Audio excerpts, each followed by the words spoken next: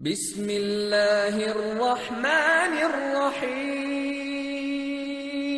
ومن أحسن قولا ممن دعا إلى الله وعمل صالحا وقال إنني من المسلمين. السلام عليكم ورحمة الله وبركاته. إن الحمد لله نحمده ونستعينه ونستغفره ونعوذ بالله من شرور أنفسنا ومن سيئات أعمالنا من يهده الله فلا مضل له ومن يضلل فلا هادي له وأشهد أن لا إله إلا الله وحده لا شريك له وأشهد أن محمدا عبده ورسوله صلى الله تعالى عليه وعلى آله وصحبه وسلم تسليما كثيرا أما بعد. সম্মানিত দিনী ভাতৃমণ্ডলী, আল্লাহ রাব্বুল আলামিনের প্রশংসা এবং শেষ নবী প্রিয় নবী মুহাম্মদুর রাসূলুল্লাহ সাল্লাল্লাহু আলাইহি সাল্লামের উপর সালাতু সালামের পরে আজ 22 রবিউল আউয়াল 1442 হিজরি মোতাবেক 8 নভেম্বর 2020 আমাদের ধারাবাহিক আলোচনা হচ্ছে নাজাত প্রাপ্ত দলের আকীদা সম্পর্কে, পর্ব নম্বর 22। বিষয়বস্তু হচ্ছে তাওহীদে রুবুবিয়তের পরিপন্থী বিষয়। এর পূর্বে তাওহীদ ও রুবুবিয়া সম্পর্কে আলোচনা হয়েছে। তাওহীদ তিন ভাগে বিভক্ত: তাওহীদুল উলুহিয়া বা তার অপর নাম তাওহীদুল ইবাদা, যার সংক্ষেপে সংজ্ঞা হচ্ছে বান্দার ইবাদত বন্দেগীতে বা বান্দার কাজে আল্লাহ রাব্বুল আলামিনের তাওহীদ বা একত্ব প্রতিষ্ঠা করা। আল্লাহর বান্দা মানুষ জিন একমাত্র আল্লাহ রাব্বুল আলামিনের যাবতীয় ইবাদত বন্দেগীকে সুনির্দিষ্ট করবে। বান্দার কাজ হচ্ছে আল্লাহর ইবাদত করা।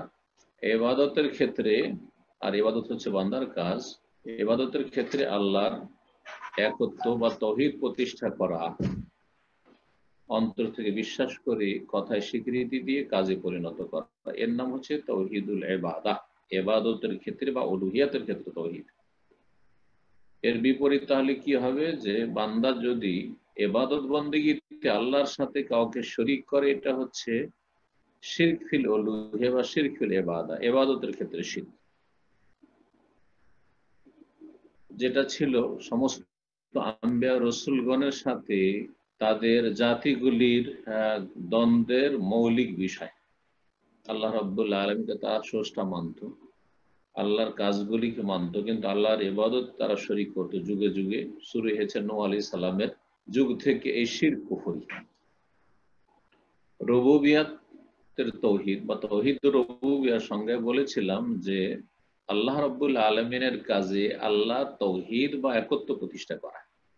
আল্লাহর যতগুলি কাজ রয়েছে, অস্তিত্ব দান করা, অস্তিত্বহীন করা, সৃষ্টি করা, হায়াত দান করা, মৃত্যু দান করা, সবকিছু নিয়ন্ত্রণ করা, উন্নতি অবনতি, উত্থান পতন, সুখ শান্তি, হাসানো কাঁদানো, এই সমস্ত কিছু, এরকম যত কাজ রয়েছে, রিজিক দেওয়া, সমস্ত কিছুর মালিকানা, অদৃশ্য সম্পর্কে জানা, ইলমুল গায়ব, এই সমস্ত হচ্ছে আল্লাহর কাজ।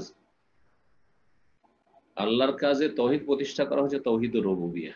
এই হল তাওহীদ একত্ব। আর আজকের বিষয়বস্তু হচ্ছে যে তাওহীদে রুবুবিয়াতের পরিপন্থী বিষয় বা বিপরীত বিষয় কি, অপোজিট। তাহলে সহজ ভাষায় বুঝতে হইলে, যদিও লেখক অন্যভাবে বুঝিয়েছেন একটু ডিটেলসে, তো সেটা পরে বলবো, কিন্তু সংক্ষেপে বুঝে নেন যাতে আপনার বুঝতে সুবিধা হয়, আমার বুঝতে সুবিধা হয়, সাধারণ মানুষ সহজে বুঝতে পারে তাওহীদের বিষয়গুলি। আল্লাহ রাব্বুল আলামিনের কাজে কোনো কিছুকে শরীক করা, কোনো কাউকে বা কোনো কিছুকে আল্লাহ রাব্বুল আলামিনের কাজে শরীক করা। যখন তাওহীদ রুবুবিয়া হলো আল্লাহর কাজে আল্লাহর একত্ব প্রতিষ্ঠা করা, তাহলে তার বিপরীত হচ্ছে আল্লাহর কাজে কোনো কিছুকে বা কোনো কাউকে শরীক করা। সুতরাং রিজিক দেওয়া আল্লাহর কাজ। কেউ যদি মনে করে যে রিজিক গৌস কুতুব জিলানী চিশতিও দেয়, লক্ষ্মী দেবী থেকে হিন্দুরা পায়, আর যারা কবর মাজার পূজারী মুসলিম তারা তাদের পীরের মাজারে ওরসে গেলে, সেখানে চাদর চড়ালে, খাসি মোরগ জবাই করলে তারা সেখানে রিজিক পায়, বলে এটা বাবার দান। ছেলে মেয়ে হচ্ছিল না, ছেলে মেয়ে হয়েছে, বলছে এটা আমার অমুক পীর বাবার দান। এগুলো হচ্ছে আল্লাহর কাজে শরীক স্থাপন করা, বড় শিরক, বড় কুফর। তো সহজ ভাষায় তাহলে বুঝে গেলাম যে তাওহীদ ও রুবুবিয়ার পরিপন্থী বিষয় হচ্ছে রুবুবিয়াতে শিরক। তাওহীদ ও রুবুবিয়া এটা হচ্ছে শিরকুন ফির রুবুবিয়া, রুবুবিয়াতে আল্লাহর কাজে শরীক স্থাপন করা। এখন লেখক যা বলছেন শুনেন, বলছেন মা জিদ্দু তাওহীদির রুবুবিয়া, তাওহীদ ও রুবুবিয়ার পরিপন্থী বিষয়টি কি? বলছেন হুয়া ইতিকাদু মুতাসাররিফিন মা আল্লাহ আযজা ওয়া জাল, তা হচ্ছে আল্লাহ আযজা ওয়া জাল রব্বুল আলামিনের সাথে অন্য কাউকে নিয়ন্ত্রণকারী হিসাবে বিশ্বাস করা। আল্লাহ নিয়ন্ত্রণ করেন আর গস কুতুবরাও নিয়ন্ত্রণ করে। যেমন সুফিদের আকীদা হচ্ছে যে আল্লাহর বড় বড় গৌস আছে, অলি আউলিয়া, কুতুব আছে, আবদাল আছে, এরা সারা পৃথিবীর আসমান জমিন নিয়ন্ত্রণ করে, পাহাড় পর্বত, উত্থান পতন, ভালো মন্দ, কখন আল্লাহর রহমত আসবে, আল্লাহর আযাব আসবে, আল্লাহর আযাবকে তারা থামাবে। জি, তারা রুবুবিয়াত পর্যন্ত শিরক করে। মক্কার মুশরিকেরা তো শুধু আল্লাহর ইবাদতে শিরক করত, রুবুবিয়াতের আল্লাহর কাজের ক্ষেত্রে তারা বলতো যে এগুলো সব আল্লাহর কাজ। লা ইয়াকুলুন্না আল্লাহ, তাদেরকে জিজ্ঞাসা করে বলতো আল্লাহ এসব কাজ করে। কিন্তু কবর মাজার পূজারীরা, সুফি পীরতন্ত্রে বিশ্বাসীরা, তাদের কিতাবাদিতে আছে চরমানের কিতাবগুলি, মাওয়াইজে কারিমিয়া, আর তারপরে আশিক মাসুদ ভেদে মারিফাত ইয়াদে খোতা, এগুলি পড়লে স্পষ্ট দেখতে পাবেন যে বড় বড় শিরক কুফর তাতে আছে, রুবুবিয়াতে আল্লাহর কাজে শিরক হয়েছে। তার মধ্যে একটি ঘটনা এর আগে হয়তো কথা প্রসঙ্গে বলেছি, আর বিস্তারিত যে আলোচনা আছে চরমনায়ের উপর, সেখানে আমি বলেছি। তাদের পাতা নম্বরগুলি উল্লেখ করি, যাদের জানার ইচ্ছা হবে সেখান থেকে জেনে নেবে। শাম দেশে গান বাজনা হচ্ছিল। আল্লাহ রাব্বুল আলামিন শাম দেশকে উল্টে পাল্টিয়ে ধ্বংস করে দেবেন, ধসিয়ে দেবেন। ভারত বাংলাদেশের এক পীর সুফি এই ইলমে গায়েব জানতে পেরেছে, অদৃশ্য সম্পর্কে জানতে পেরেছে, তাহলে ইলমে গায়েবেও তাকে শরীক করলো যে অমুক ওলিয়ে কামেল কুতুব গৌস অদৃশ্যের খবর রাখে যে আগামীতে কি হতে যাচ্ছে, শাম দেশ কে আল্লাহ ধ্বংস করতে যাচ্ছেন, জেনে নিয়েছে। এটা একটা শিরক, বড় কুফর। আর একটা শিরক হচ্ছে সেখান থেকে সে দ্রুত ছুটেছে। মুরিদানরা জিজ্ঞেস করেছে যে কেন, কি ব্যাপার, আপনি এত তাড়াহুড়া কেন করছেন? বলছে যে আরে ছাড়ো, শাম দেশে গান বাজনা হচ্ছে, আল্লাহ এখন শাম দেশকে ধ্বংস করে দিবেন, তো আমি গিয়ে তাড়াতাড়ি করে এই শাম দেশের জমিনটাকে ধরে রাখবো যাতে করে আল্লাহ ধ্বংস না করে বা না করতে পারেন। আউযুবিল্লাহ। আল্লাহকে এরা থামিয়ে দেয়, আল্লাহকে এরা আজেজ অপারগ বানিয়ে দেয়। আল্লাহ অসহায় হয়ে যায় এদের সামনে, এদের সুফিদের সামনে। তাআলা আল্লাহু আম্মা ইয়াকুলুনা উলুওয়ান কাবীরা, সুবহানাল্লাহ। আল্লাহ রাব্বুল আলামিন তাদের এইসব মিথ্যাবাদ এবং মিথ্যা ধর্মকর্ম এবং মিথ্যার উপর নির্ভরশীল বদ আকীদা, শিরকি কুফরি আকীদা থেকে আল্লাহ রাব্বুল আলামিন অনেক ঊর্ধ্বে, সুউচ্চ সুবহান। তো রুবুবিয়াতের যে তাওহীদ রয়েছে তার পরিপন্থী বিষয় হচ্ছে আল্লাহ রাব্বুল আলামিনের সাথে অন্য কাউকে নিয়ন্ত্রণকারী মনে করা। ফি আইয়ি শাইইন মিন তাদবিরিল কাউন, পৃথিবীর যে কোনো বিষয়ে নিয়ন্ত্রণের ক্ষেত্রে, যেমন মিন ইজাদিন আও ইদামিন, অস্তিত্ব দান বা অস্তিত্বহীন করা, কোনো কিছুকে অস্তিত্ব দেওয়া, অস্তিত্ব নেই অস্তিত্ব দেওয়া। কারো ঘরে সন্তান হয় না, সন্তান দিয়ে দিল, আবার কারো সন্তান আছে মেরে দিল। এই কাজগুলি আল্লাহ ছাড়া কারো সাথে যদি, কারো সম্পর্কে যদি এই বিশ্বাস রাখে বা কারো সম্পর্কে বলে যে অমুক এই কাজ করে, তাহলে রুবুবিয়াতে শিরক করলো, তাওহীদে রুবুবিয়াতকে ধ্বংস করলো। আও ইহয়াইন আও ইমাতা, অথবা জীবন দান করা, মৃত্যু দান করা। জালবু খাইরিন আও দাফু শাররিন, কল্যাণ বয়ে নিয়ে আসা অথবা অনিষ্ট দূরীভূত করা, যে আল্লাহ ছাড়াও কেউ কল্যাণ নিয়ে আসতে পারে। বা আল্লাহ ছাড়া কেউ অনিষ্ট দূর করতে পারে, এই এতেকাদ বিশ্বাস যদি রাখে, সুফিদের যে এগুলো আকীদা, তো তাদের সুফিরা, তাদের পীরেরা আবার হাসপাতালে কেন যেতে হয়?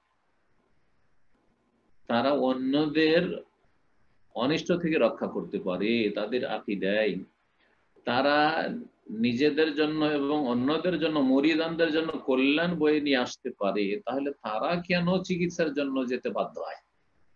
তারা কেন মৃত্যু মুখে পতিত হয়? আল্লাহু আকবার।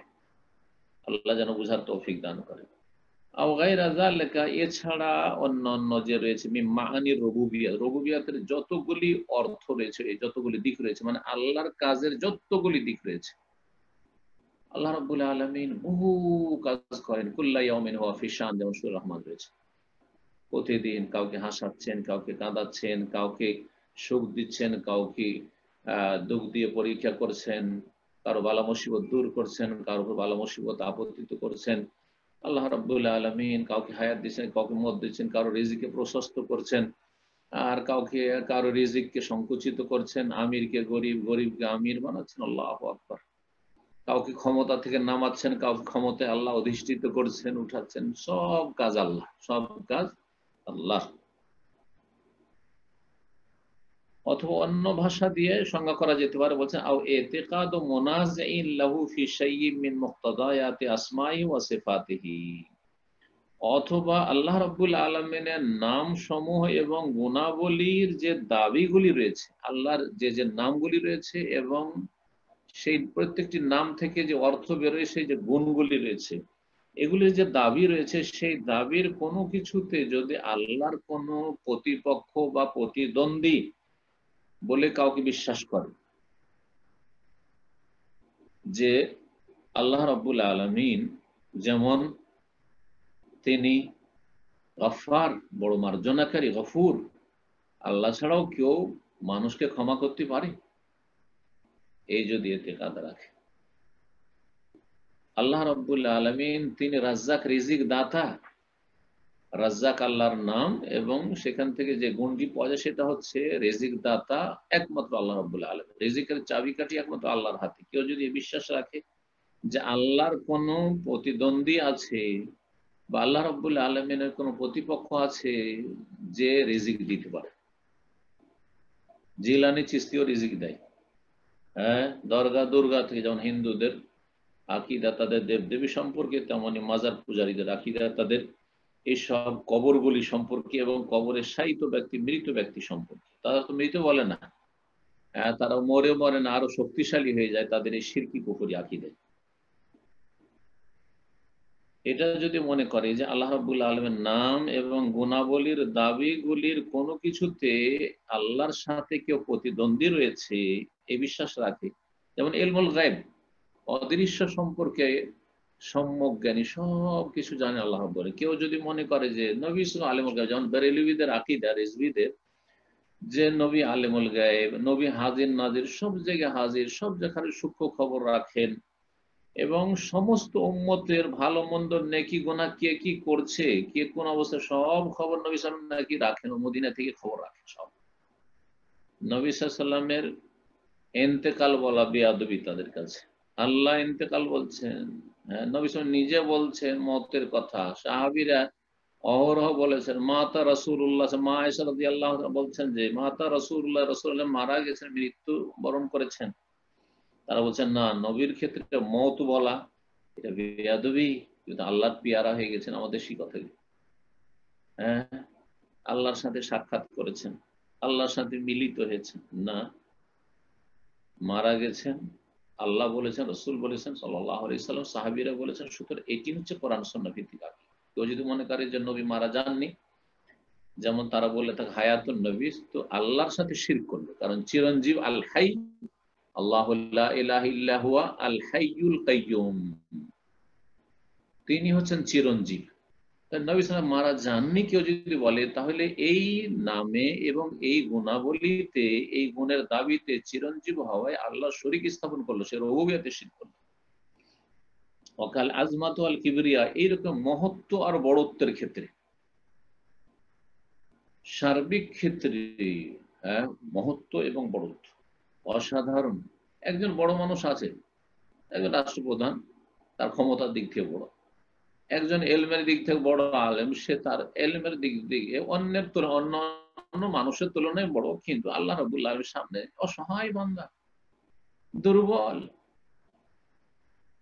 তো আল্লাহ ছাড়া কারো সম্পর্কে মহত্ব আর বড়ত্বের, আজমত এবং কিবরিয়ার বিশ্বাস রাখা অথবা মনে করা কাউকে যে তিনি এইরকম সুউচ্চ সুমহান, এগুলি হচ্ছে আল্লাহর কাজে বা রুবুবিয়তে শিরক, অনাহবে জালিকা ইত্যাদি ইত্যাদি। ওয়াকাল আল্লাহ তাআলা, এখন বেশ কিছু আয়াত নিয়ে এসেছেন এই বিষয়টিকে সুস্পষ্ট করার জন্য যে রুবুবিয়তে বহু মানুষ শিরকে লিপ্ত, মুসলিম হওয়া সত্ত্বেও, জাতিতে মুসলিম কিন্তু আল্লাহর কাজে তারা শরীক স্থাপন করে থাকে। কাল আল্লাহ তাআলা, মহান আল্লাহ বলেন, মা ইয়াফতাহিল্লাহু লিন-নাসি মির রাহমা ফালা মুমসিকা লাহ। আল্লাহ রাব্বুল আলামিন মানব জাতির উদ্দেশ্যে কোন রহমতের দ্বার যদি খুলতে চান, কোন রহমত অনুগ্রহ যদি আল্লাহ উন্মুক্ত করতে চান, ফালা মুমসিকা লাহু, তাহলে তাতে বাধা দেওয়ার কোনো শক্তি নেই। আল্লাহ দিতে চাইছেন আমাকে, সারা দুনিয়া সেটা কেড়ে নিতে পারবে না। আপনাকে আল্লাহ দিতে চেয়েছেন, আর আপনার আশেপাশে হিংসুকরা জ্বলে মরে যাচ্ছে, আপনার রিজিক কেড়ে নিতে চাইছে, আপনার বিদ্যা বুদ্ধি কেড়ে নিতে চাইছে, অসম্ভব কথা। আল্লাহ যদি কারোর জন্য কিছু খুলেন, ফালা মুমসিকা লাহু, তাতে বাধা দেওয়ার কোনো শক্তি নেই। ওমা ইউমসিক, আর আল্লাহ যদি বাধা দেন, ফালা মুরসিলা লাহু মিন বাদিহি, তো আল্লাহর পরে আর কেউ সেটা পাঠাবার অধিকার রাখে না, প্রেরণকারী নেই, কোনো শক্তি নেই যে আল্লাহ দিতে চান না আর সে দেবে। ওয়াহুয়াল আজিজুল হাকিম, তিনি হচ্ছেন সর্বজয়ী বা মহাপরাক্রান্ত আজিজ, যাকে কেউ পরাজিত করতে পারে না, আল হাকিম, এবং বিজ্ঞানময় বা প্রজ্ঞাবান। ইয়া আইয়ুহান নাস, হে মানব সকল, উযকুরু নি'মাতাল্লাহি আলাইকুম, তোমরা তোমাদের উপর যে আল্লাহর অনুগ্রহ রয়েছে স্মরণ করো। হাল মিন খালিকিন গায়রুল্লাহ, তোমাদের কি কোনো স্রষ্টা রয়েছে আল্লাহ ছাড়া? আল্লাহ ছাড়া কোনো সৃষ্টিকর্তা রয়েছে? ইয়ারযুকুকুম মিনাস সামাই ওয়াল আরদ, আকাশ এবং জমিন থেকে তোমাদেরকে রিজিক দিয়ে থাকেন, আকাশ থেকে রিজিক দিয়ে থাকেন, রিজিকের ফয়সালা হয়ে থাকে, এটা একটা অর্থ এর। আর একটা হচ্ছে আকাশ থেকে বৃষ্টি বর্ষণ হয়ে থাকে, যার মাধ্যমে আমাদের রিজিক গুলি আসে। বৃষ্টি যদি বন্ধ হয়ে যায়, আকাশের পানি বন্ধ হয়ে যায়, তো এক বছরে সবকিছু সাফ হয়ে যাবে, জীব জন্তু মানুষ সবকিছু ধ্বংস হয়ে যাবে। হ্যাঁ, পানিবিহীন মানুষ বাঁচতে পারবে না, আর পানি ছাড়া কোনো ফসল হবে না, খাদ্যের ব্যবস্থা হবে না, কোনো গবাদি পশু বাঁচবে না যে আপনি দুধ পাবেন, হ্যাঁ মধু পাবেন, কিছু পাবেন না আপনি পৃথিবীতে। তো ওপর থেকে আল্লাহ রিজিক দেন, আর জমিন থেকে, যে জমিন থেকে এই আপনার খাদ্যদ্রব্য উৎপন্ন হয়, যা আমরা ভক্ষণ করি, তা জমিন থেকে আসে, বিভিন্ন ভাবে আসে, সেটা খনিজ সম্পদের আকারে হোক, আর সেটা শস্য ক্ষেতের মাধ্যমে হোক, আর অন্য কোনো গাছপালার মাধ্যমে হোক, আর অন্য কিছু গবাদি পশুর মাধ্যমে হোক। সূরা ফাতির আয়াত নম্বর 2 এবং 3, সূরা ইউনূসের আয়াত নম্বর 107 আল্লাহ ইরশাদ করেছেন, ওয়া ইয়ামসাসকাল্লাহু বিদুররিন ফালা কাশিফা লাহু ইল্লা হু, আল্লাহ রাব্বুল আলামিন যদি, হে মানুষ, তোমাকে কোন ক্ষতি দ্বারা বা অনিষ্ট দ্বারা স্পর্শ করেন, আল্লাহ যদি চান যে তোমাকে আক্রান্ত করবো এই করোনায়, ফালা কাশিফা লাহু ইল্লা হু, তিনি ছাড়া সেটাকে কেউ দূরীভূতকারী নেই, কেউ দূর করতে পারবে না, আসবেই। তবে আল্লাহ যদি না চান, না হবে না, সারা দুনিয়া চাইলেও হবে না। ফালা কাশিফা লাহু ইল্লা হু ওয়া ইন ইউরিদকা বিখাইর, আর তিনি যদি তোমার সাথে কল্যাণের ইচ্ছা করেন, আল্লাহ চাইছেন আমার আপনার ভালাই করতে, কল্যাণ করতে, ফালা রাদ্দা লিফাদলিহি, তাহলে তার অনুগ্রহকে খণ্ডনকারী কেউ নেই। আল্লাহ দিতে চাইছেন আর কেউ কেড়ে নেবেন, কোনো শক্তি নেই। ছিল সূরা ইউনূসের আয়াত 7 নম্বর। তারপরে আয়াত হচ্ছে সূরা জুমারের আয়াত নম্বর 38। আল্লাহ বলছেন, কুল, হে নবী বলে দাও, আফারাআইতুম মা তাদউনা মিন দুনিল্লাহ, আচ্ছা বলো তো তোমরা যে আল্লাহকে বাদ দিয়ে যাদেরকে আহ্বান করছো, এই যে দরগা দুর্গাকে ডাকছো, কেউ হরে রাম হরে কৃষ্ণ করে ডাকছো, আর কেউ ইয়া গাউস, ইয়া গরিব নওয়াজ, ইয়া দস্তগীর, ইয়া বাবা, এসব করে ডাকছো, কেউ মা বলে ডাকছে, কেউ বাবা বলে ডাকছে। আল্লাহ বলছে, মা তাদউনা মিন দুনি, আল্লাহকে বাদ দিয়ে যাদেরকে ডাকছো, ইন আরাদানি আল্লাহু বিদুররিন, আল্লাহ যদি আমার কোনো অনিষ্টের ইচ্ছা করেন, আল্লাহ যদি আমাকে আক্রান্ত করতে চান কোনো বালা মুসিবতে, হাল হুন্না কাশিফাত দুররে, তাহলে আল্লাহ রাব্বুল আলামিন যে অনিষ্ট দিতে চান সেটা দূরীভূতকারী কি তারা পারবে তারা দূর করতে? আও আরাদানি বিরহমা, অথবা আল্লাহ যদি আমার জন্য অনুগ্রহের ইচ্ছা করেন, হাল হুন্না মুমসিকাত রাহমাতে, তাহলে আল্লাহ রহমতে কি তারা বাধা দানকারী রয়েছে, বাধা দান করতে পারবে? কেউ পারবে না। তাহলে এইসব কাজগুলি কার? দেওয়া, নেওয়া, না দেওয়া, কেড়ে নেওয়া, থামিয়ে দেওয়া, সব আল্লাহর কাজ। কুল, হে নবী বলে দাও তাদেরকে ঘোষণা করে, হাসবি আল্লাহ, আল্লাহ আমার জন্য যথেষ্ট।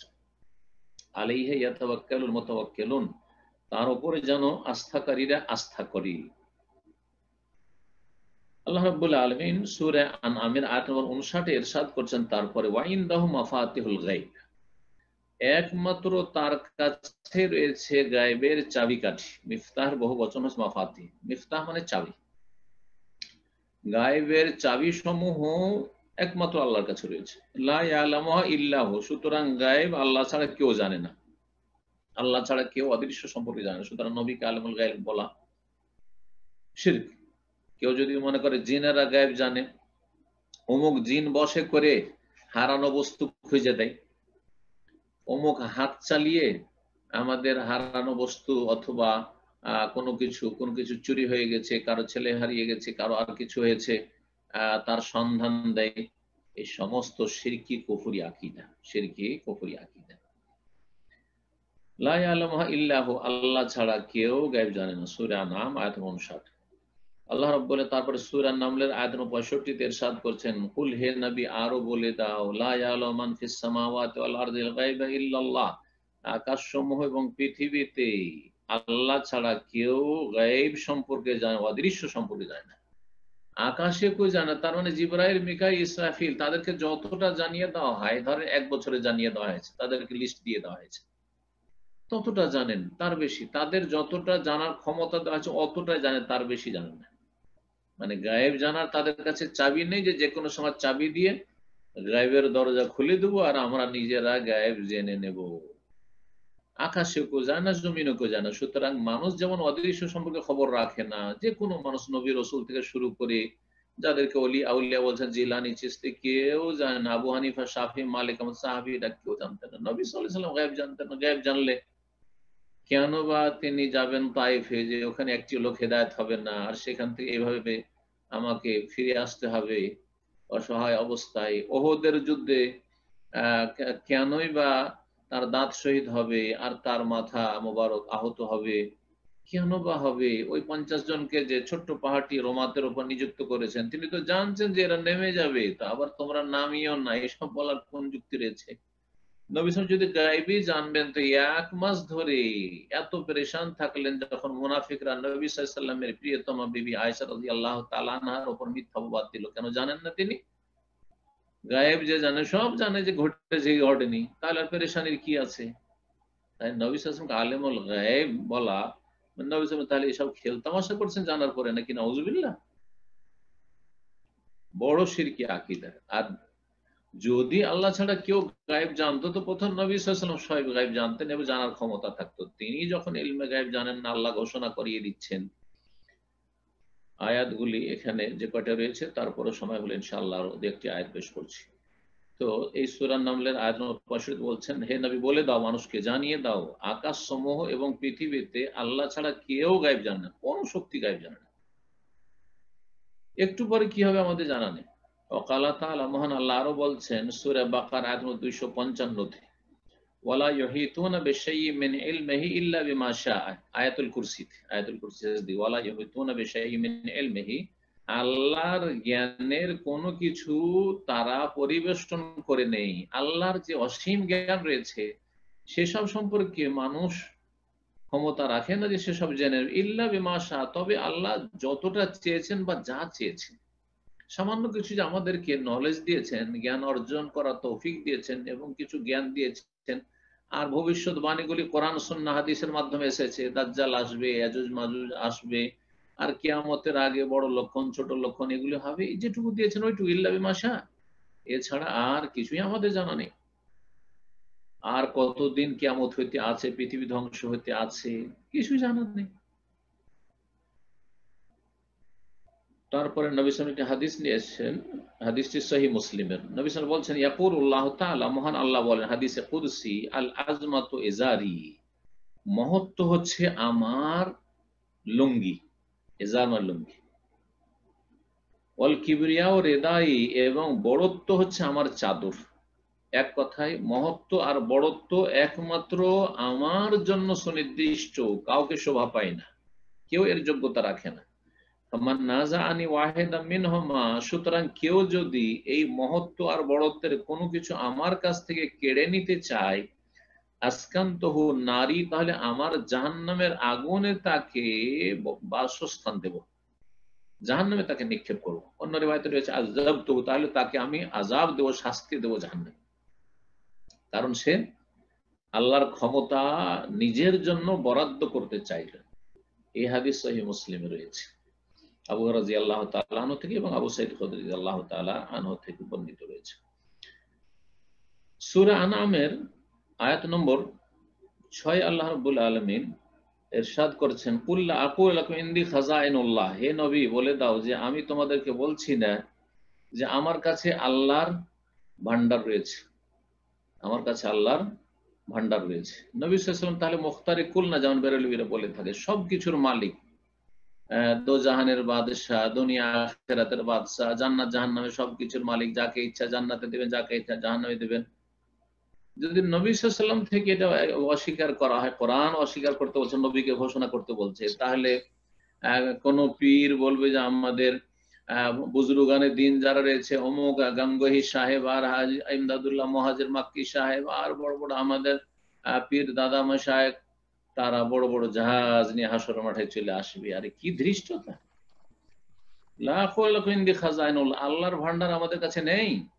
ওয়ালা আলামুল গায়ব, নবী কি আল্লাহ বলছেন যে তুমি বলে দাও আমি গায়েব জানি না। ওয়ালা আলামু, লা মানে না, আলাম মানে জানা, জানি না, আল গায়ব অদৃশ্য, আমি অদৃশ্য সম্পর্কে জানি না।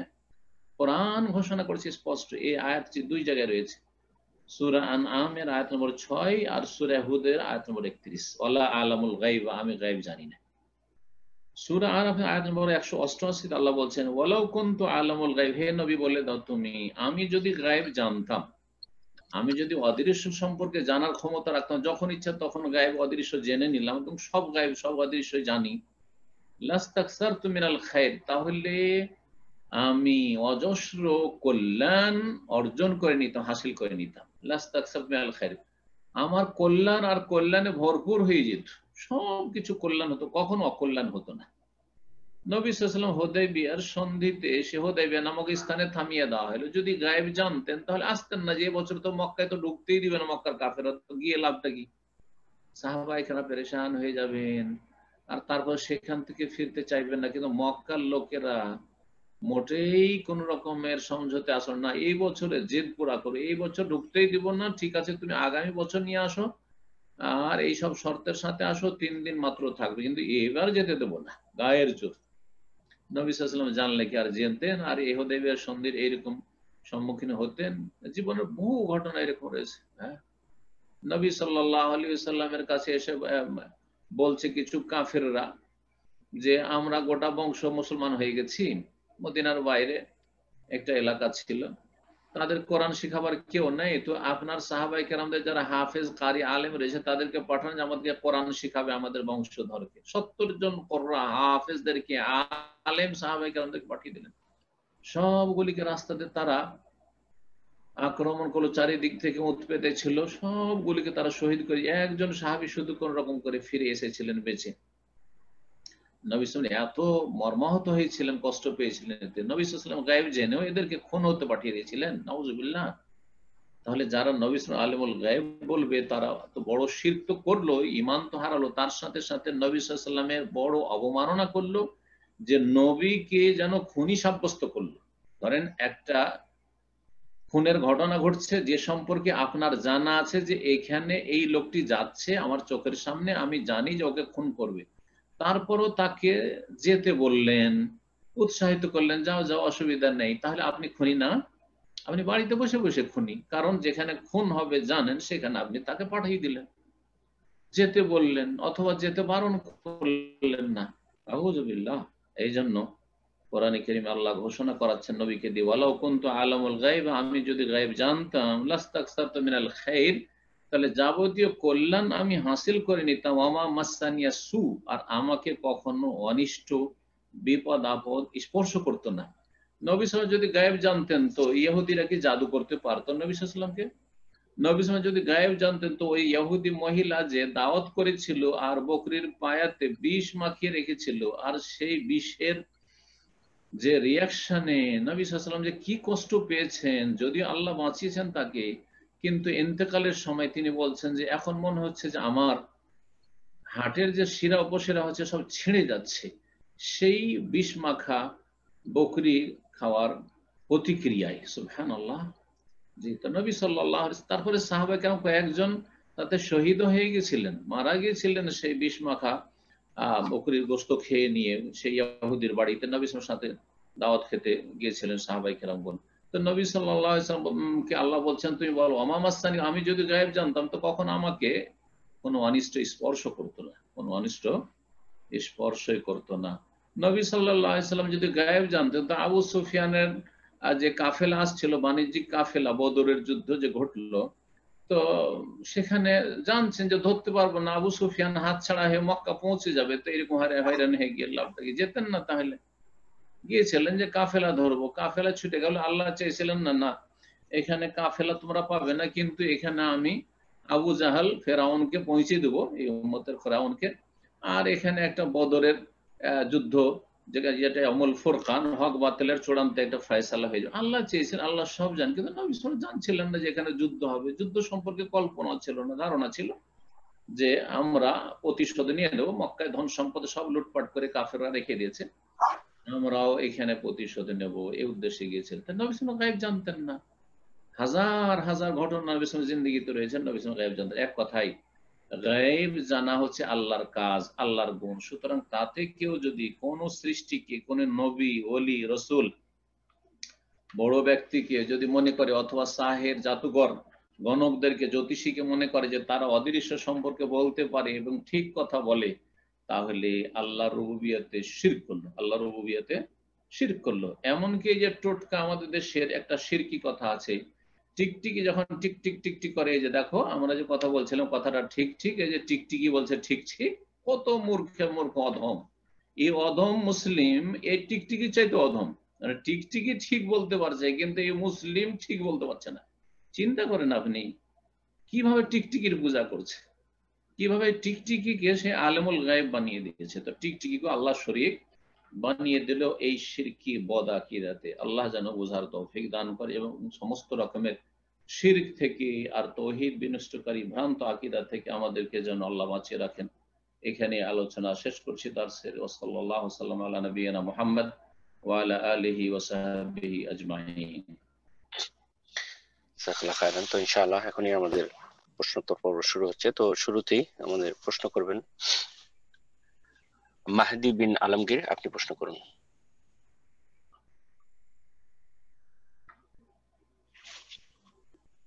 আসসালামু আলাইকুম। ওয়ালাইকুম আসসালাম ওয়া রাহমাতুল্লাহি ওয়া বারাকাতুহু। আওয়াজ জোরে শোনা যাচ্ছে না। জি শাইখ, আমি বাংলাদেশ থেকে বলছিলাম।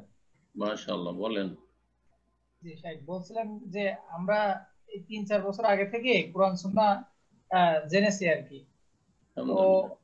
তারপর থেকে এলেম অর্জন করার একটা স্পৃহা কাজ করে। তো আমি ভাষা শিখছি আলহামদুলিল্লাহ। আপনার এই যে সহিহ বুখারীর ভাষ্যগুলো আছে, এগুলো তো বাংলা ভাষায় নাই, এগুলো পড়ারও খুব ইচ্ছা, কোরআন আরো ভালোভাবে বোঝার ইচ্ছা। তো আমরা কিভাবে এই জেনারেলে পড়া থাকাকালীনও আমরা এইভাবে এগুলো জ্ঞান অর্জন করতে পারি, এমন কোনো মাধ্যম যদি আমাদেরকে আপনি জানান, কোনো গাইডলাইন। জি, বিসমিল্লাহির রহমানির রহিম, আলহামদুলিল্লাহ ওয়াসসালাতু ওয়াসসালামু আলা রাসূলিল্লাহ। ভাই প্রশ্ন করেছেন যে আমরা কয়েক বছর থেকে কোরআন সুন্নাহর সঠিক আদর্শ বা কোরআন সুন্নাহ মোতাবেক যে দিন পালন করতে হবে শিখে সেটা উপলব্ধি করতে পেরেছি। সুতরাং আমরা এখন যদিও জেনারেল শিক্ষিত লোক, কিন্তু আমরা দিন শেখার চেষ্টা করছি, বিভিন্ন ইসলামী কিতাবাদি পড়ছি, হাদিসের কিতাব বোঝার চেষ্টা করছি। তো আমরা কিভাবে এলম অর্জন করব, প্রথম কথা বলবো যে ইলম অর্জন করার ক্ষেত্রে একজন শিক্ষকের গাইড, দিক নির্দেশনা অবশ্যই নিতে হবে। শুধু কিতাব পড়ে পড়ে ইলম হাসিল করলে বিভ্রান্তির শিকার হওয়ার সম্ভাবনা বেশি। জি, প্রাচীন যুগ থেকেই আইম্মায়ে কেরামগণ, সালাফগণ সতর্ক করেছেন।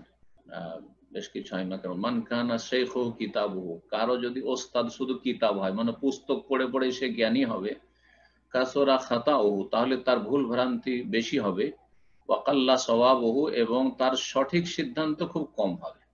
ভুল বুঝবে, কি থেকে কি বুঝে ফেলবে, একটা হাদিস নিয়ে সে সিদ্ধান্ত নিয়ে নেবে, অথচ তার পাশাপাশি আরো একটি হাদিস, আরেকটি হাদিসের বিশ্লেষণ পেশ করে, সেগুলি সম্পর্কে সে অজ্ঞ থেকে যাবে। পক্ষান্তরে ভালো একজন আলেমের আপনার দিক নির্দেশনা নিয়ে, সেটা নিয়মিত তার কাছ থেকে কিছু দর্শ নিয়ে, অথবা ভালো আলেমদের যে কোরআন সুন্নাহ ভিত্তিক ব্যাখ্যাগুলি রয়েছে সেগুলো নিয়মিত ফলো করে শুনে, অনলাইনেই হোক, যদি আপনি সালাফদের আদর্শকে সামনে রেখে কোরআন এবং হাদিস বুঝেন, তো ইনশাআল্লাহ বিভ্রান্তির শিকার হবেন না। বিদাত থেকে যেমন মুক্ত থাকবেন, বিভিন্ন রকমের যে বিদাতগুলি রয়েছে ধর্মীয় বিদাত, তার সাথে ধর্মের নামে যে বাড়াবাড়ি খারিজি দের রয়েছে, দুটো একটা আয়াত পেশ করেই তারা এই আপনার চরমপন্থা অবলম্বন করে, অথচ পাশাপাশি আরো বেশ কিছু আয়াত, হাদিস, দলিল রয়েছে যেগুলি তারা উপেক্ষা করে ফেলে অজ্ঞতার কারণে অথবা আবেগী হয়ে যাওয়ার কারণে। সেই জন্য বলছি যে ওস্তাদের অবশ্যই সাহায্য নিতে হবে, তার সাথে সাথে আপনাকে প্রথম লেভেল থেকে শুরু করতে হবে। জি, নিচে থেকে উঠতে হবে। দেখেন, আমরা যারা স্কুলে পড়েছেন, আপনারা বলি, আমরা মাদ্রাসায় পড়েছি, স্কুলে পড়েছি, স্কুলে কিন্তু আপনার ক্লাস 1, 2, 3-তে যে কথাগুলি পড়া হয় সেটা আপনার বিএ এমএ ক্লাসেও প্রয়োজন পড়তে পারে, কিন্তু বিএ এমএ ক্লাসে যেসবগুলি পড়া হবে, অথবা মাধ্যমিক, উচ্চ মাধ্যমিকে যেসব কথাগুলি পড়া হবে, অনেক কথাই সেগুলি 1, 2-এ পাবেন না। তাহলে আস্তে আস্তে উঠতে হবে, আস্তে আস্তে আস্তে ধীরে ধীরে। একবারে কিন্তু অপর ক্লাসের পড়াশোনা যদি কেউ শুরু করে দেয়, তাহলে তার পড়াশোনা সফল হবে না। ঠিক তেমনি দিন সম্পর্কে জ্ঞান অর্জন করার ক্ষেত্রে অনেকে কিন্তু আবেগী, প্রথম হেদায়েত হওয়ার পরেই একবারে বুখারী পড়া শুরু করেছে। আরে ভাই, যদি আপনি সরাসরি বুখারীর তরজমা পড়ে বুঝে নেন, তাহলে আমাদের 25-30 বছর ধরে মাদ্রাসা লাইনে পড়ে আর বারবার করে পড়ে আবার মদিনা এসে পড়ে, এত পড়ার দরকারটা কি ছিল? এত পড়া তো কোনো দরকারই ছিল না। এই জন্য ছোট ছোট কিতাব থেকে শুরু করবেন। পরামর্শ দেবো যে সৌদি আরবে বর্তমান যে কিতাবগুলি আরবি ভাষা থেকে বাংলায় অনুবাদ হচ্ছে বা হয়েছে, আর বিশেষ করে শাইখুল ইসলাম আহমদ আব্দুল্লাহ রহমতুল্লাহ আলের কিতাব, শেখ ইবনে বাজের কিতাব, শেখ ইবনে উসাইমিনের, শেখ সালেহ ফজল, ছোট ছোট কিতাবগুলি রয়েছে, অত্যন্ত মূল্যবান। এই ছোট ছোট কিতাবগুলি সম্পর্কে আপনার জ্ঞান থাকতে হবে, মানে পড়াশোনা করতে হবে। এবং এগুলির বেশ কিছু কিতাবের ব্যাখ্যার প্রয়োজন রয়েছে, শুধু তরজমা পড়ে আপনি বুঝবেন না কিছু। যেমন 3টি মূলনীতি উসুলে সালাসা বা সালাসাতুল উসুল, 3টি মূলনীতি শুধু আপনার বাংলা অনুবাদ পড়ে হবে না, এগুলোর ব্যাখ্যা পড়তে হবে বা শুনতে হবে, জানতে হবে। এইরকমই কাশফুস শুবহাত, সংশয় নিরসন, মাওলানা আব্দুল্লাহ হাবির কিতাব, শেখ ইবনে বাজের কিতাব দুরুস মুহিম্মা, গুরুত্বপূর্ণ শিক্ষা, যে এই কিতাবটি রয়েছে। এইরকমই সিফাতুস সালাতুন নবী। আপনি বুখারীর কিতাবুস সালাত, সালাতের চ্যাপ্টার খুলে দিলেন, না না, সালাতের চ্যাপ্টার বুখারী পড়ার আগে ওইভাবে কাজ হবে না। আপনাকে নবী সাল্লাল্লাহু আলাইহি ওয়াসাল্লামের সালাতের উপর সহিহ কিতাব যে লেখা হয়েছে কিতাবগুলি পড়তে হবে। সেটা শেখ ইবনে বাজ রাহমাতুল্লাহর কিতাব হোক, শেখ আলবানির কিতাব হোক, অথবা বাংলাদেশ মারুত যেসব শেখ আইনুল বারী সাহেবের কিতাব রয়েছে, আইনি তোহফা, সালাত মুস্তাফা, তারপরে আপনার আরো আরো যেসব কিতাবগুলি রয়েছে, এক কথায়। তো এইভাবে আপনাকে ধীরে ধীরে এগিয়ে যেতে হবে। আপনি কোন স্তরে আছেন ওই হিসাবে আপনাকে চলতে হবে। আল্লাহ যেন বুঝার তৌফিক দান করেন। আপনি দ্বীনের স্তর বুঝছেন না, তাওহীদের বিষয়গুলি বুঝছেন না, আর আপনি যদি সরাসরি আকীদা ওয়াসিতিয়া পড়েন, আকীদা তাহাবিয়া পড়েন, না না না, আকীদা ওয়াসিতিয়া তাহাবিয়া একটু উপরে যে পড়তে হবে।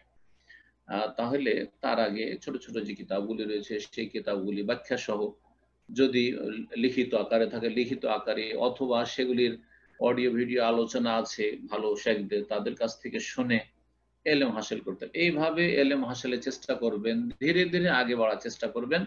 আর যেখানে সংশয় হবে, যেখানে আপনি মানে মনে করছেন যে এখানে কেমন যেন জটিল লাগছে, বিষয়টি কেমন লাগছে, অস্পষ্ট, তাহলে অবশ্যই ওস্তাদের সাহায্য নেবেন, যাতে করে আপনার সংশয় নিরসন করা সম্ভব হয়। আল্লাহ যেন তৌফিক দান করেন। রবের কাছে দোয়া করবেন, আল্লাহুম্মা ইন্নী আসআলুকা ইলমান নাফিয়া ওয়া রিজকান তাইয়্যিবা ওয়া আমালান মুতাকাব্বিলা।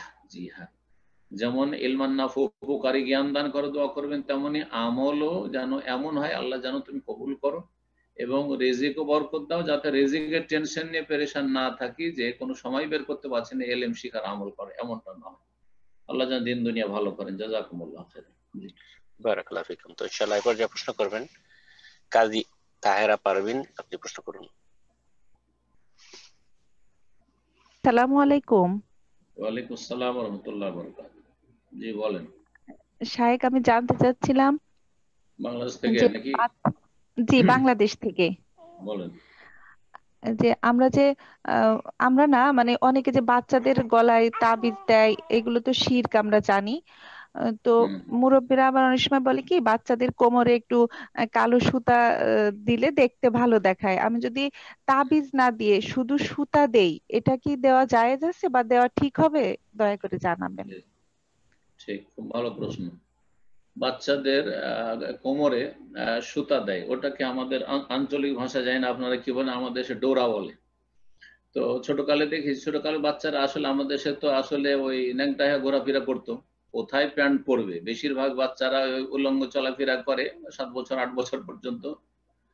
তো যার ফলে একেবারে কিছুই নেই গায়ে, দেখতে খারাপ লাগে। তখন করতো কি, ওই সেই আমলে যে খুব কম ছেলেরা ছোট থেকে প্যান্ট পরে থাকতো, কিন্তু বেশিরভাগ ছেলেদেরকে দেখা যেত যে ওইরকম থাকতো, বস্ত্রহীন থাকতো। তো কোমরে একটা সুতা থাকতো, কালো সুতা ডোরা থাকতো। এটা কিন্তু আত্মরক্ষার জন্য না, ওইটা থাকতো কিসের জন্য, জিনতের জন্য, যে দেখতে অন্তত একটু মানান লাগছে, ভালো লাগছে, একটু একেবারে খারাপ লাগছে না, একটু ভালো লাগছে, সেই জন্য এরকমটা করতো। যদি এই নিয়তে করে তাহলে কোনো অসুবিধা নেই, আমি মনে করি এতে কোনো শারঈ বাধা নেই। কিন্তু যদি সেখানে এইরকম কিছু কাজ করে যে এই কালো তাগা বা কালো ডোরার মাধ্যমে তাকে বদনজর থেকে বাঁচানো সম্ভব হবে, আত্মরক্ষার জন্য, বিপদ আপদ থেকে মুক্ত রাখার জন্য, যেমন কেউ হাতে কেউ কালো সুতা রাখে, কেউ বালা রাখে, তো এটা হচ্ছে শিরক, তখন শিরক বলা হয়েছে, তখন শিরক বলা হয়েছে। ইন্নামাল আমালু বিন্নিয়াত, রাসূলুল্লাহ এই হাদিস ফিট করবেন, নিশ্চয় মানুষের আমল নির্ভরশীল নিয়তের উপর। যদি সেটা একটা সৌন্দর্যের জন্য রাখে, যেমন ছোট ছোট বাচ্চাদের, ছেলেদের অবশ্য রূপার চাঁদের বালা দিত, এটা জায়েজ না, কারণ ছেলেদের জন্য এটা জায়েজ না, কিন্তু মেয়েদের যদি হাতে বালা রাখে আত্মরক্ষার জন্য, এটা ভালো লাগবে দেখতে, ছোটকালে এই বালাগুলো দিত, ওই নারীরা দিত নাতি নাতিনকে, আরে ছেলেকেও দিত অজ্ঞতার কারণে। তো মেয়ে যদি হয় ধরেন তো দিতে পারে জিনতের জন্য, কিন্তু সেটাই যদি আত্মরক্ষার জন্য, যে বালা মুসিবত থেকে মুক্ত রাখার জন্য দিচ্ছি, তাহলে সেটা শিরক হবে, তাবিজের মতো। আত্মামায়মু শিরকুন, এইরকমই শিরক হচ্ছে আপনার হালাকা, কোনো বালা অথবা খেত তাগা সুতা ঝুলানো আত্মরক্ষার জন্য। এমনকি স্যান্ডেল, ওই যে বদনজর থেকে বাঁচানোর জন্য ট্রাকে আর আমাদের দেশের গাড়িতে একটা ছিঁড়া স্যান্ডেল ঝুলতে থাকে, এটাও শিরক, কারণ সেটা বদনজর থেকে বাঁচাবার জন্য রাখা হয়, সুতরাং সেটাও শিরক। জি জাযাকাল্লাহু খাইরান। তো ইনশাআল্লাহ এ পর্যায়ে প্রশ্ন করবেন সাইদ ইদ্রিস, আপনি প্রশ্ন করুন। আসসালামু আলাইকুম। ওয়ালাইকুম আসসালাম ওয়া রাহমাতুল্লাহি ওয়া বারাকাতুহু। জি বলেন। জি স্যার, ভালো আছেন আপনি? জি আলহামদুলিল্লাহ। কোথা থেকে? জি, নিউ ইয়র্ক থেকে সাইদ ইদ্রিস। মাশাআল্লাহ, বলেন। আচ্ছা, আমরা জানি যে সমষ্টিগতভাবে মুনাজাত করা বিদআত, কিন্তু মাঝে মাঝে কোনো আলোচনা, বৈঠক, সেমিনার, বিয়ে ইত্যাদিতে গেলে তখন কথাবার্তা কাজ শেষ হলে বলে যে একটু মুনাজাত করেন। তো সেই ক্ষেত্রে অনেক সময় আমাকেও বলে যে একটু মুনাজাত করে দেন। তা আমি করতে অপরাধ জানানোর পরে না, আমি করবো না, অন্য মাসলা মাসাইলে আমি যাই না, মনে করেন আমি করবো না। তো অন্য কেউ মুনাজাত করে তখন, তো সেই ক্ষেত্রে সবাই হয়তো মুনাজাত করতেছে, আমি হাত উঠাইলাম না, এবং এই ক্ষেত্রে আমার কি করার আছে? আজকে ওনাকে বিয়েতে যাব, ওইখানে হয়তো বিয়ের পড়ানোর পরে হয়তো দেখা যাবে যে মুনাজাত করবে, এখানে হয়তো 2-1 জন থাকবে করবে না। তো বেশিরভাগ লোক করে। এখন কি মুনাজাতটা কোন কোন ক্ষেত্রে করা যায়? সমষ্টিগতভাবে জানি বিদআত, কিন্তু কখন করা যাবে, এখানেই করা যাবে, করা ঠিক হবে? দেখেন, যখনই সুবহানাল্লাহ, আল্লাহ রাব্বুল আলামিনের একটা মার হচ্ছে, শাস্তি হচ্ছে, যারা বিদাতপন্থীদের ওপর, যারা বেদাতি কর্মকাণ্ডে লিপ্ত, যে যখনই একটা বেদাত করে তখন একটা সুন্নত তাদের থেকে হাতছাড়া হয়ে যায়। আল্লাহ তাদেরকে একটা সুন্নতের সওয়াব থেকে বঞ্চিত করে দেন। বেদাতের গুনাহ হইল আর সুন্নতের সওয়াব থেকে বঞ্চিত থাকলো। বিয়ে শাদীর হইলে, বিয়ে শাদীর মাহফিলে বা বিয়ে শাদীর খবর পেলে, কেউ বিয়ে করেছে বললো যে আমি বিয়ে করেছি, অথবা বিয়ের মাহফিলে অনুষ্ঠানে আছেন, বলবেন বারাকাল্লাহু লাকা ওয়া বারাকা আলাইকা ওয়া জামা বাইনাকুমা ফি খাইর, এটা হচ্ছে সুন্নাত। যাতে আপনিও সওয়াব পেলেন, সেই পাত্র পাত্রীর জন্য দোয়া করলেন, তারাও এর বরকতটা পেল, এর উত্তম ফল পাবে ইনশাআল্লাহ। পক্ষান্তরে এই নিয়ামত থেকে, সুন্নতের নিয়ামত থেকে, সুন্নতের নেকি থেকে, সুন্নতের বরকত থেকে বঞ্চিত যারা বিদআত করে সম্মিলিত মোনাজাতে। বিয়ের পরে সম্মিলিত মোনাজাত নেই।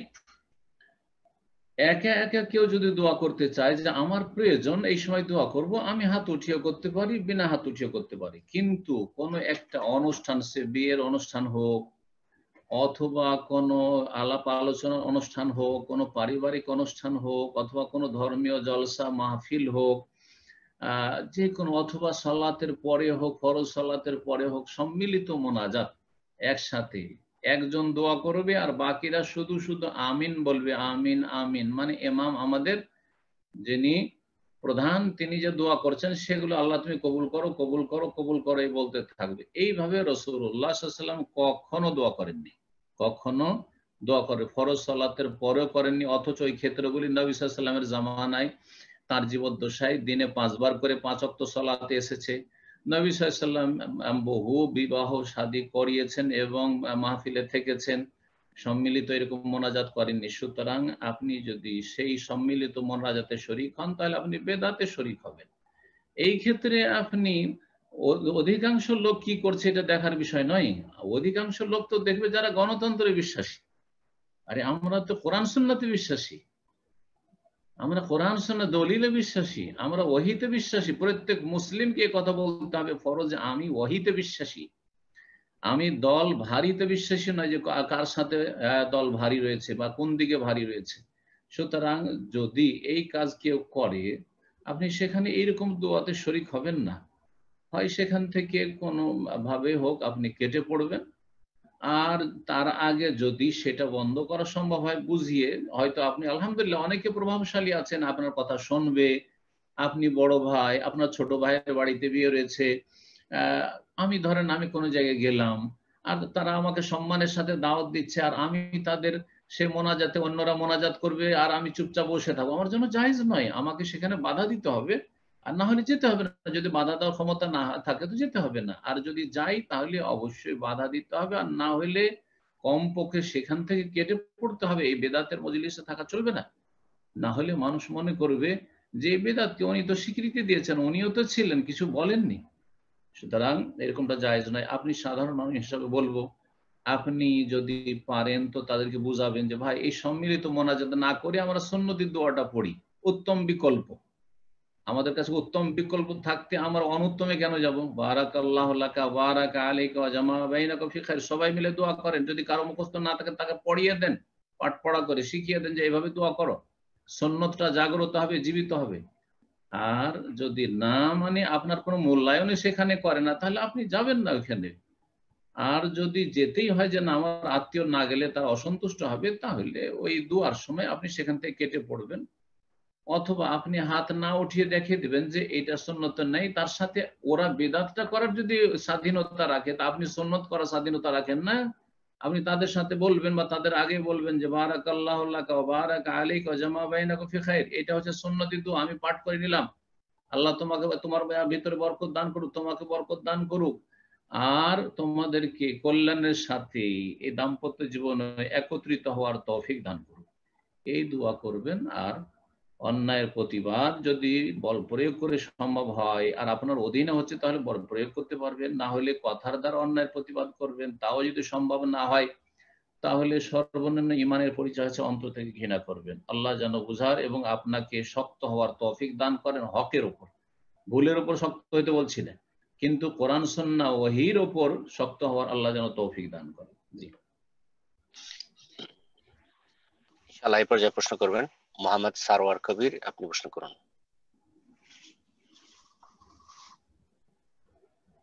আসসালামু আলাইকুম ওয়া রাহমাতুল্লাহ। ওয়ালাইকুম আসসালাম ওয়া রাহমাতুল্লাহি ওয়া বারাকাতুহু। বলেন। আমি ইউকে থেকে বলছিলাম। মাশাআল্লাহ, বলেন। আমার জানার ইয়ে ছিল যে আমি গত কয়েকদিন আগে এক আলেমের একজন শায়েখের বক্তব্য শুনলাম। তো সেখানে উনি বুখারী শরীফের 812 নম্বর হাদিসের বর্ণনা করতে গিয়ে বললেন যে কেউ যদি কাপড় বা পায়জামা বা প্যান্ট যদি গুটিয়ে পরে নামাজের আগে বা চুল যদি ভাঁজ করে রাখে তাহলে নামাজ হবে না। তো এই ব্যাপারটা একটু সংক্ষেপে বুঝায় বলবেন কি? নামাজ হবে না যদি বলে থাকেন তাহলে উনি বেশি শক্ত বলে দিয়েছেন এবং একটু বেশি হয়ে গেছে কথা। তবে হাদিসে আছে যে আমাকে সালাতের ভিতরে কাপড় আর চুল মোড়াতে নিষেধ করা হয়েছে, আর নিষেধ হইলেই সালাত বাতিল হয়ে যাবে, এই কথাটি বাড়াবাড়ি, এখানে গিয়ে বাড়াবাড়িটা হয়েছে। জি হ্যাঁ, সুতরাং এখানে সঠিক ফতোয়া হচ্ছে যে সালাত অবস্থায় কাপড় গুটিয়ে রাখা মাকরু, অপছন্দনীয়, নিষিদ্ধ। আর তারপরে চুল যাদের বড় আছে চুলকে গুটিয়ে রাখা, মহিলাদের ক্ষেত্রে নাই, তারা বেনি করে রাখতে পারবে, তারা খোপা বেঁধে রাখতে পারবে। পুরুষদের ক্ষেত্রে চুল যদি বড় থাকে, বাবরি চুল থাকে, আর চুলকে যদি তারা বেঁধে রাখে তাহলে সেটা, বা চুলকে মড়িয়ে রাখে, তো সেটা নিষিদ্ধ বা কমপক্ষে মাকরুহ। নিষিদ্ধ সেটা মাকরুহ হতে পারে, না জায়েজ হতে পারে, কিন্তু তার কারণে সলাৎ বাতিল হয়ে যাবে, যে কোনো নিষিদ্ধ কাজে সলাৎ বাতিল হয়ে যায় না, এমন কথা নয়। এইভাবে ফতোয়া দিলে সেটা ফিকহের খেলাফ, সঠিক ফিকহের খেলাফ। আর যে কথাগুলি আমি বললাম সেটা হচ্ছে বড় বড় আলেম ওলামাদের ব্যাখ্যা যে এটা নিষেধ, কিন্তু এতে সলাৎ বাতিল হয় না, বরং সেটা সলাতের ভিতরে নিষিদ্ধ। দেখেন, ছবি থাকা, যদি কাপড়ের ছবি থাকে তো নিষিদ্ধ এবং মাকরুহ, কিন্তু কাপড়ের ছবি থাকলে সলাৎ হবে না, এটা বাড়াবাড়ি ফতোয়া। কারণ এটা ফতোয়া জনগণ মনে করে যে এই কাপড়ের ছবি আছে অথবা ব্যাচ আছে, বা যে কার্ড, আইডি কার্ড থাকে, অনেক সময় তাদের ছবি থাকে আর বুকে লটকানো আছে, তাতেই সলাৎ পড়ে। অনেকে বলে এই নামাজ বাতিল, কোথা থেকে বাতিল? অথবা এই রুমে ছবি আছে আর ওই রুমে নামাজ পড়ছে, প্রাণীর ছবি আছে, নামাজ বাতিল। কোথায় দলিল আছে যে ফেরেশতা সেখানে প্রবেশ করে না? সেজন্য বলবো যে এই রকম জায়গাতে সলাৎ আদায় করা নিষিদ্ধ, মাকরুহ, কিন্তু সলাৎ কেউ আদায় করলে সলাৎটা শুদ্ধ হয়ে যাবে। বাতিল হওয়ার দলিল কি? যেহেতু আশা করি বিষয়টি বুঝতে পেরেছেন, ওনার নাম জানার প্রয়োজন নেই, কিন্তু আসল মাসালা আপনি জানেন, সেটা হচ্ছে এই কাজগুলি নিষেধ, কিন্তু এই কাজগুলি কেউ যদি সলাৎ অবস্থায় করে, প্যান্ট যারা টাকনার নিচে পড়ে মসজিদের গেটে গেলে প্যান্টটাকে মুড়িয়ে নিল, যাতে করে কমপক্ষে সলাৎ অবস্থায়, নামাজ অবস্থায় এই হারাম থেকে বাঁচে, তো এটা একটা ওর ভালো দিক, কিন্তু এটা যথেষ্ট নয় তার কল্যাণের জন্য। সে যদি আল্লাহকে ভয় করে তাহলে জাহান্নাম থেকে বাঁচার জন্য সর্বদা চেষ্টা করে মসজিদের বাইরেও তার প্যান্টটা বা তার পোশাকটা ইসলামিক হবে, কিন্তু তাতে সালাত বাতিল হবে না। মাকরুহ কাজ করলো বা নিষিদ্ধ কাজ করলো, কিন্তু সালাতটি বাতিল হবে না। আল্লাহ তাআলা আলাম। জি, জাযাকাল্লাহু খাইরান। ইনশাআল্লাহ এই পর্যায়ে প্রশ্ন করবেন আব্দুর রহমান, আপনি প্রশ্ন করুন।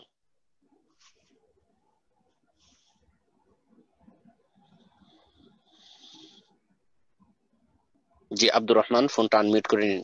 জাযাকাল্লাহু খাইরান। আসসালামু আলাইকুম ওয়া রাহমাতুল্লাহি ওয়া বারাকাতুহু। আমি ওমান থেকে বলছি। আমার প্রশ্ন হলো যে কিছু গল্প, স্টোরি বা লিখিত আকারে কোনো বিষয়বস্তু যেগুলো বাস্তবায়নে হয়েছে কিনা জানা নেই, সেগুলো ভিডিও আকারে বা কোনো সোশ্যাল নেটওয়ার্কে, সোশ্যাল সাইটে এগুলো পোস্ট করা যায় আছে কিনা। আর তারপরে কোশ্চেন হলো যে এখনকার বর্তমানে যে সমস্ত কোম্পানি বা রুমগুলোতে যেগুলো আছে বাথরুম, সেগুলোতে বসে পেশাব করা খুবই কষ্টকর, প্লাস বসলে সেখানে পেশাবে ছিটকা পড়ার সম্ভাবনা বেশি দেখা যায়। সেক্ষেত্রে দাঁড়িয়ে পেশাব পড়াটা কতটা যায়, একটু বুঝিয়ে বললে উপকৃত হবো। আসসালামু আলাইকুম। প্রথম প্রশ্ন কি ছিল? না, একজন একটা করে করতে হয়। প্রথম প্রশ্নটা ছিল যে কোন গল্প, স্টোরি, হ্যাঁ বুঝছি, উপন্যাস, কাল্পনিক কিস্সা কাহিনী, কাল্পনিক যা ঘটেনি, কাল্পনিক কিস্সা কাহিনী বর্ণনা করা, টাইম পাসের জন্য অথবা মানুষকে হাসানোর জন্য, মানুষকে একটু এর জন্য বিনোদনের জন্য জায়েজ কিনা, পছন্দনীয় না। জি, পছন্দনীয় না। মানুষ যদি বুঝে জানে যেগুলো উপন্যাস, সেগুলো বানানো কাল্পনিক কিচ্ছা কাহিনী, তো তারপরে অপছন্দনীয়, কারণ এগুলো আসলে ঘটেনি। আর একজন মুসলিম এসব অসার কথা কাজ থেকে, এগুলো লাগো, কোরআনের ভাষায় এগুলোকে লাগো, যারা অসার কথা কাজ থেকে বেঁচে থাকে। আমাদের জন্য হাসবুনা কিতাবুল্লাহ ওয়া সুন্নাতু রাসূলিল্লাহ সাল্লাল্লাহু আলাইহি ওয়াসাল্লাম, আমাদের জন্য কোরআনে কারীমের সুন্দর সুন্দর কাহিনী যথেষ্ট। নাহনু নাকুসসু আহসানাল কাসাস, কোরআনে কারীমে সুন্দর সুন্দর কিসসা কাহিনী রয়েছে, সত্য, এবং তাতে বহুমুখী উপদেশ রয়েছে, মানব জীবনের সার্বিক সংশোধনের তাতে পাথেয় রয়েছে। কোরআনে কারীমের কিসসা কাহিনী শোনাবেন। রাসূলুল্লাহ সাল্লাল্লাহু আলাইহি ওয়াসাল্লামের হাদিসে অনেক স্টোরি আছে সুন্দর সুন্দর, বনী ইসরাইলদের বিভিন্ন ঘটনাগুলি রাসূলুল্লাহ বর্ণনা করেছেন, সেগুলি বর্ণনা করবেন। এছাড়াও অন্য যে বনী ইসরাইলদের যে ঘটনাগুলি রয়েছে, এই মর্মেও রয়েছে যে যেই ঘটনাগুলি কোরআন সুন্নাহর সাথে সাংঘর্ষিক নয়, সেগুলি বর্ণনা করা জায়েজ, সেগুলি বর্ণনা করা জায়েজ। হাদ্দিসু আন বনী ইসরাইল ওয়ালা হারাজ, রাসূল বলছেন যে বনী ইসরাইলদের প্রাচীন যুগে যেসব কিচ্ছা কাহিনী ঘটেছে কোরআন হাদিসের নেই আর কোরআন হাদিসের সাথে সাংঘর্ষিক নয়, সেগুলি তোমরা বর্ণনা করতে পারো, তাতে কোনো আপত্তি নেই। তো সেগুলো আসলে ঘটেছে বলে, আর জানছেন যে ঘটেনি, তারপরেও শুধু এতে কোনো যদি উপদেশমূলক কিছু থাকে তাহলে বলা যেতে পারে, উপদেশ আছে, শিক্ষণীয় বিষয় রয়েছে, মানুষের চরিত্র গঠন হবে, তাহলে ঠিক আছে। কিন্তু অধিকাংশ ক্ষেত্রে দেখা যায় যে এসব ঘটনাতে যেসব কাল্পনিক উপন্যাসের মতো ঘটনা বা বয়ান করা হচ্ছে, সেগুলিতে মানুষের চরিত্রের বা চারিত্রিক পদস্খলন ঘটছে, মানুষের চরিত্র নষ্ট হচ্ছে, তারপরে মিথ্যা বলতে শিখছে, ইত্যাদি ইত্যাদি। তো সুতরাং এগুলোকে অ্যাভয়েড করাই উচিত একজন মুমিনের। দ্বিতীয় যে বিষয়টি জিজ্ঞেস করেছিলেন সেটা ছিল আপনার বাথরুম সম্পর্কে, তাই না? এমন টয়লেট রয়েছে যে টয়লেটগুলিতে আপনার বসে বাথরুম সারা যায় না, সেই ক্ষেত্রে আমাদের করণীয় কি? সেই ক্ষেত্রে সহিহ বুখারীর ওই হাদিসে আমল করে রাসূলুল্লাহ সাল্লাল্লাহু আলাইহি সাল্লাম সম্পর্কে সাহাবী বলছেন, আতা সাবাতা কওমিন, এক সম্প্রদায়ের ময়লা আবর্জনা পূর্ণ এলাকায় কোনো বিশেষ কাজে এসেছিলেন, সেখানে ফাবালা কায়মান, আর সেখানে পেশাবের প্রয়োজন হয়েছে, তখন দাঁড়িয়ে পেশাব করেছেন। এখন ওলামারা বলেছেন যে দাঁড়িয়ে পেশাব করা অনুত্তম কিন্তু জায়েজ, অনুত্তম কিন্তু জায়েজ। আর বাঙালি সমাজে এই ফতোয়া তো চরম অপরাধ, কারণ অজ্ঞতা রয়েছে, মনে করে যে দাঁড়িয়ে পেশাব করাটা এত বড় অপরাধ যে এটা ইহুদি খ্রিস্টানদের কাজ। এই জন্য এক সময় আমরা শুনতাম যে আরে প্যান্ট পরে দাঁড়িয়ে পেশাব করে, এ তো ইহুদি নাসারা। জি হ্যাঁ, দাঁড়িয়ে নাই কোনো অসুবিধা নেই, টাকার নিচে কাপড় আছে কোনো অসুবিধা নেই, বেনামাজি কোনো অসুবিধা নেই, গান বাজনা শুনছে, সুদখোর ঘুষখোর, কোনো অসুবিধা নেই, এগুলো এত বড় অপরাধ নয়, বড় শিরকি কুফরি আকীদা, তেমন কোনো ব্যাপার না। হ্যাঁ, কিন্তু যদি দাঁড়িয়ে পেশাবের কথা বলে, এটা মুসলমান করে, এটা তো ইহুদি নাসারাদের কাজ, অথচ কাজটি হারাম নয়, প্রয়োজনে দাঁড়িয়ে পেশাব করা জায়েজ। প্রয়োজনে যেখানে দেখবেন যে দাঁড়িয়ে পেশাব করলেই হয় সেখানে বসার মতো কোনো সুযোগ সুবিধা নেই, বান বন্যার সময় কাদা আছে, পানি আছে, অথবা সেখানে বসে পেশাব করলে কাপড় শরীর নাপাক হওয়ার সম্ভাবনা বেশি রয়েছে, তখন দাঁড়িয়ে পেশাব করবেন, কোনো অসুবিধা নেই। জাযাকুমুল্লাহ খায়রান, আপনি হাদিস আমল করলেন। সাধারণ অবস্থায় অনুত্তম, অপছন্দনীয়, কিন্তু বিশেষ কারণে সেখানে জায়েজ, বিনা কোনো আপত্তিতে, বিনা কোনো কারাহাতে। আল্লাহ তাআলা আলাম। জি, জাযাকাল্লাহ খায়রান। এই পর্যায়ে প্রশ্ন করবেন জোহায়ের আবসার, আপনি প্রশ্ন করুন। আসসালামু আলাইকুম ওয়া রাহমাতুল্লাহি ওয়া বারাকাতুহু। শেখ, আসসালামু ওয়া রাহমাতুল্লাহি ওয়া বারাকাতুহু। জি বলেন। শেখ, আমি বাংলাদেশ থেকে বলতেছি। মাশাআল্লাহ, বলেন। শেখ, মানহাজ গোপনকারী ব্যক্তি থেকে কি ইলম নেওয়া যাবে? মানহাজ গোপনকারী ব্যক্তি থেকে ইলম নেওয়া যাবে। যার মানহাজ মানে তার আদর্শ বুঝছে যে কোন আদর্শের দিকে নিয়ে যাচ্ছে, সে শিয়াদের দিকে নিয়ে যাচ্ছে নাকি সুন্নিদের দিকে নিয়ে যাচ্ছে, সুফিদের দিকে নিয়ে যাচ্ছে, না খারেজিদের দিকে নিয়ে যাচ্ছে, জঙ্গিদের দিকে নিয়ে যাচ্ছে, বুঝছেন না? মানহাজ গোপনকারী মানে তো এটাই, ওকে বুঝাই চেনা যাচ্ছে না যে ইয়ে শিয়া রাফেজিদের বন্ধু, না খারিজি জঙ্গিদের বন্ধু, না এ সুফি তবলিগীদের বন্ধু, না দেওবন্দি বেরেলবিদের বন্ধু, আল্লাহ তাআলা আলাম, না দেওয়ানবাগির বন্ধু, কিছু বোঝা যাচ্ছে না। তো তার কাছ থেকে কি করে শিখবেন? দিন যখন শিখবেন তো অবশ্যই জানতে হবে যে আমাকে যিনি গাইড করছেন তিনি কোন রাস্তার, কোন পথের প্রতীক, কোন পথের প্রয়োজন, যাতে করে আপনি সুস্পষ্ট সিরাতে মুস্তাকিমের উপর থাকতে পারেন। যখন জানছেন না যে আমি যাকে ফলো করছি সেই ব্যক্তি কোন পথের প্রতীক, তাহলে সে তো গর্তে নিয়ে গিয়ে নিক্ষেপ করবে আপনাকে। আল্লাহ যেন হেফাজত করেন। দুনিয়া শিখার ক্ষেত্রে অসুবিধা নেই, দুনিয়া শিখার ক্ষেত্রে যার কাছে বেশি বিদ্যা আছে তার কাছ থেকে শিখবেন। এই জন্য কাফের কাছ থেকেও হ্যাঁ সায়েন্স টেকনোলজি শিখা যেতে পারে যদি দেখা যায় সে মুসলিম চাইতে ভালো বেশি শিখাইতে পারে। কিন্তু যদি মুসলিম, আমাদের বিকল্প ব্যবস্থা আছে, মুসলিম কাফের মতো শিখাইতে পারে, তাহলে মুসলিমের কাছে শিখবো, এটাই উত্তম। দুনিয়াও মুসলিমের কাছে শিখবো। বাকি দিনের ক্ষেত্রে ইবনে সিরিন রাহমাতুল্লাহ আলাইহির কথা স্মরণ করিয়ে দিচ্ছি, ইন্না হাযা দীনুন, সহিহ মুসলিমের ভূমিকাতে রয়েছে। এটা হচ্ছে ধর্মীয় বিষয়, দিন। ফানজুরু আম্মান তাখুযুনা দীনাকুম, সুতরাং একটু চিন্তা ভাবনা করে নাও যে কার কাছ থেকে তুমি দিনের জ্ঞান হাসিল করছো। আল্লাহ যেন বুঝার তৌফিক দান করেন। জি আমিন। এরপর যে প্রশ্ন করবেন খান ইসফার বিন তারিক, আপনি প্রশ্ন করুন। আসসালামু আলাইকুম শাইখ, আমি ঢাকা থেকে বলছিলাম। আসসালামু আলাইকুম ওয়া রাহমাতুল্লাহি ওয়া বারাকাতুহু। জি বলেন। শাইখ, আমার প্রশ্নটা হচ্ছে একটা হাদিস বিষয়ে, সেটা হলো এই হাদিসটা মেইনলি আর কি মানে খরিজি জঙ্গি তামিম আদনানের মানে অনুসারীরা মানে আমাদের বিরুদ্ধে ইউজ করে আর কি। এটা হচ্ছে যে ব্যক্তি মারা গেল অথচ জিহাদ করেনি, এমনকি জিহাদের আকাঙ্ক্ষাও ব্যক্ত করেনি, সে মুনাফিকের ন্যায় মৃত্যুবরণ করলো। এখানে মুনাফিকের ন্যায় যে মৃত্যুবরণ করলো এটা নিয়ে আমাদেরকে ফতোয়া দেয় তারা যে আমরা আহলে হাদিসরা মানে মুনাফিক। এই ব্যাপারে একটু যদি বলতেন। জি, কথা হক কিন্তু উদ্দেশ্য হচ্ছে বাতিল। খারেজিদের কাজই হচ্ছে এটা।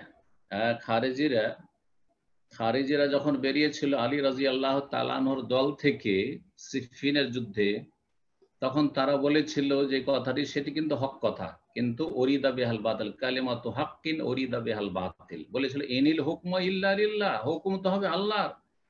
আর আলী আর মুআবিয়া রাদিয়াল্লাহু তাআলা আনহু তারা তো মাঝখানে সালিস, তৃতীয় পক্ষের বিচার মেনে নিল, সুতরাং তারা শিরক কুফরি করে দিল। দেখছেন এইখানে তখন বাতিল হয়ে গেল। হুকুম আল্লাহর হবে, কিন্তু হুকুমের বাস্তবায়নটা কে করবে? এই হুকুমটা ফয়সালা দেওয়ার জন্য মানুষকে তো লাগবে। দুই দিক থেকে, দুই পক্ষে যদি মতবিরোধ হয় তাহলে মাঝখানে তো কাউকে লাগবে সমাধানের জন্য। তো এখানেই খারিজিরা প্রথম, এদের পূর্বপুরুষরা পয়দা হয়েছে। আর এই যে বর্তমান যুগে নব্য খারিজি, তামিম আদনানি আর আইএস আর যতগুলি রয়েছে, আল কায়দা, তাদের গুমরাহিটা এখানে। জেহাদের হাদিসগুলি পেশ করে, আর জেহাদের যে কন্ডিশনস রয়েছে, শর্ত রয়েছে, সেই শর্তগুলি পেশ করে না। ধোঁকাবাজ এবং হক কথা দিয়ে মানুষকে বিভ্রান্ত করে। হক কথা দিয়ে কালিমাতু হাক্কিন ওরিদা বিহাল বাতিল, হক কথা দিয়ে মানুষকে বাতিলের দিকে নিয়ে যায়। রাসূলুল্লাহ সাল্লাল্লাহু আলাইহি ওয়াসাল্লাম বলেছেন মান মাতা, আপনার হাদিসটা যেটা বাংলা বললেন বললি, মান মাতা, যে ব্যক্তি মারা গেল, ওয়ালাম ইয়াগজু, আর সেই ব্যক্তি যুদ্ধ করলো না, জিহাদ করলো না, ওয়ালাম ইউহাদ্দিস নাফসাহু বিল গাজওয়ি, আর সেই ব্যক্তির মনে জিহাদের কোনো কল্পনা বা অনুপ্রেরণাও জাগলো না, আগ্রহ জাগলো না, যে আল্লাহ যদি সুযোগ দেয় তো করবো, রেডি আছি, এই কথাও যদি না আসে সারা জীবন, তাহলে মাতা আলা শুবাতি মিন নিফাক, তাহলে সে কপটতার, মুনাফিকির একটা শাখার উপর মারা গেল। তো চিন্তা করেন যে কেউ যদি মারা যায়, সে জিহাদ করার সুযোগ পেল না, করলো না, আর মনে কোনো আশা আকাঙ্ক্ষাও নাই যে আল্লাহ সুযোগ করে দিলে আমি রেডি আছি, এইটাও নাই, তখন মুনাফিক হয়ে মরবে। আর এই জঙ্গিরা কেমন করে জানলো যে সালাফি, আহলে হাদিস অথবা অন্যান্য যারা মুসলিম ভাইরা রয়েছে তাদের মনে আশা আকাঙ্ক্ষা নেই, যে আল্লাহ সুযোগ দিলে প্রস্তুত আছে, এই কথা নেই? এটা কি করে জানলো? তারা কি আলিমুল গায়ব? তারা কি আলিমুন বেজাতি সুদূর অন্তর্যামী? না তারা মিথ্যা অপবাদ দানকারী? হ্যাঁ, তারা চরমপন্থী। আর জেহাদের কথা অন্তরে আছে, অন্তরে আশা আকাঙ্ক্ষা আছে, মানে এটা সোশ্যাল মিডিয়াতে আপনার এই ফেসবুক যুদ্ধ করতে হবে, এই কিবোর্ড জেহাদি হইতে হবে নাকি? আর বড় বড় তাতে স্ট্যাটাস দিতে হবে যে আমরা জেহাদি, আর মানুষকে প্ররোচিত করতে হবে এই কাজের জন্য, যেখানে ক্ষেত্র নেই, ফিল্ড নেই, কোথায় ফিল্ড? রাসূলুল্লাহ এই হাদিস যদি পেশ করে তো তাদের ওই হাদিস পেশ করা ফরজ।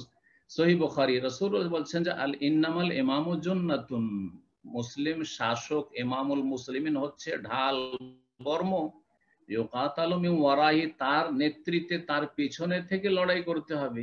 তো ইমামুল মুসলিমিন কোথায়? ইমামুল মুসলিমিন যেই দেশে ওই জঙ্গি আছে সেই দেশের ইমামুল মুসলিমিন যখন নির্দেশ দেবে তখন ফরজ হবে। কথা বোঝা গেছে?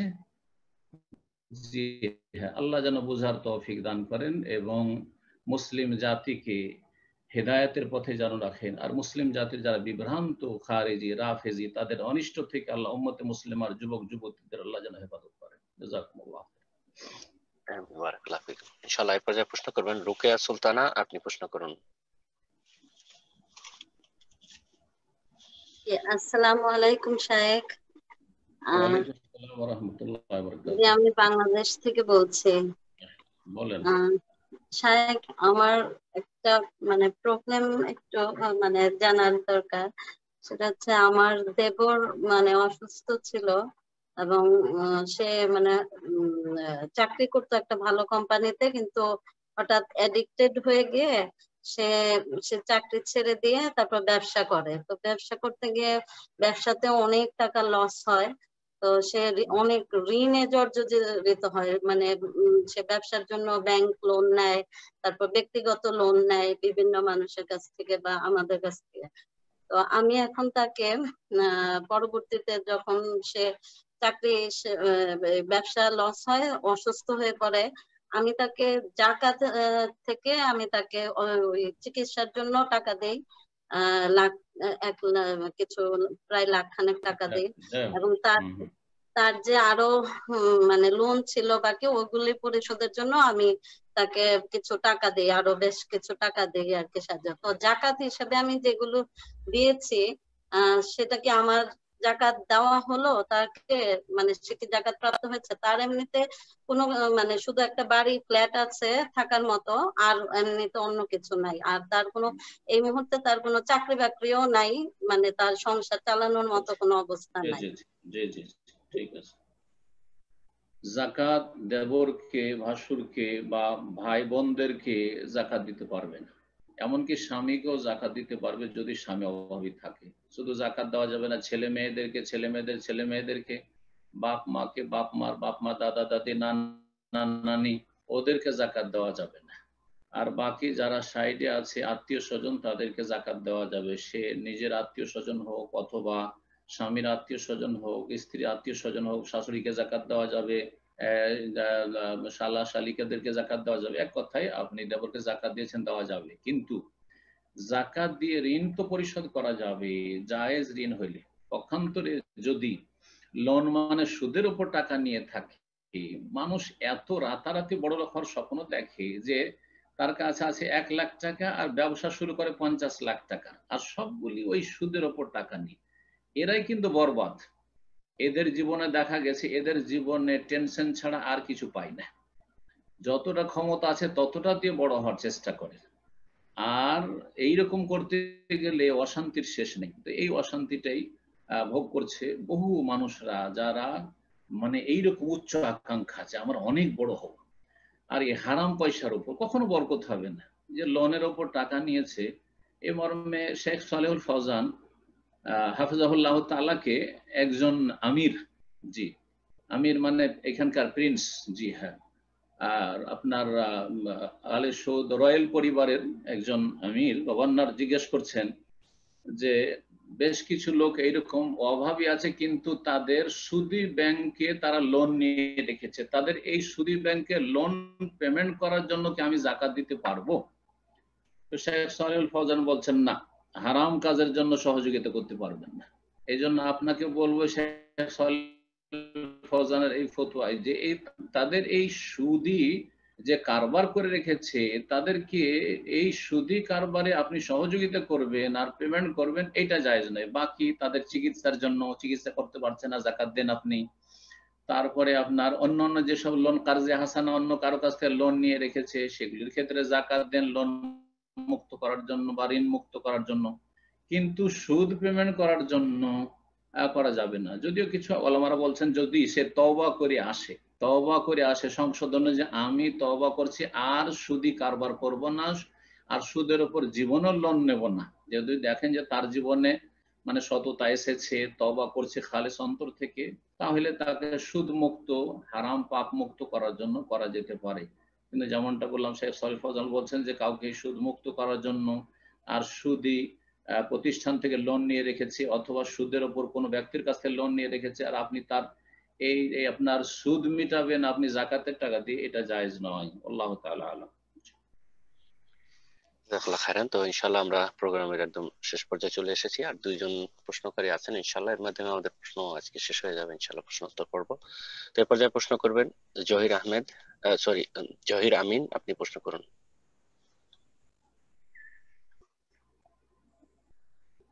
আসসালামু আলাইকুম। ওয়ালাইকুম আসসালাম ওয়া রাহমাতুল্লাহি ওয়া বারাকাতুহু। জি, আমি বাংলাদেশ থেকে বলছিলাম। শেখ, আমার একটা প্রশ্ন হচ্ছে যে যেই দেশ সমূহ মুসলিমদের সাথে যুদ্ধরত অথবা মুসলিমদেরকে হত্যা করে, তাদের সাথে সুসম্পর্ক রাখা বা তাদের সাথে নাচ নৃত্য করা, তাদেরকে ভালোবাসা, এটা কোন পর্যায়ে পড়বে? তাদেরকে শুধু ভালোবাসা, কোনো কাফেরকে ভালোবাসা যায় না। ভালোবাসার কথা যদি বলেন, কোনো কাফেরকে ভালোবাসা যায় না। সে আপনার যদি আপনার সাথে ভালো ব্যবহার করে তবুও তাকে ভালোবাসা তো মানুষ হিসাবে মানুষের সাথে, মুসলিম অমুসলিমের সাথে, কিন্তু কোন কাফেরকে ভালোবাসা একেবারে হারাম।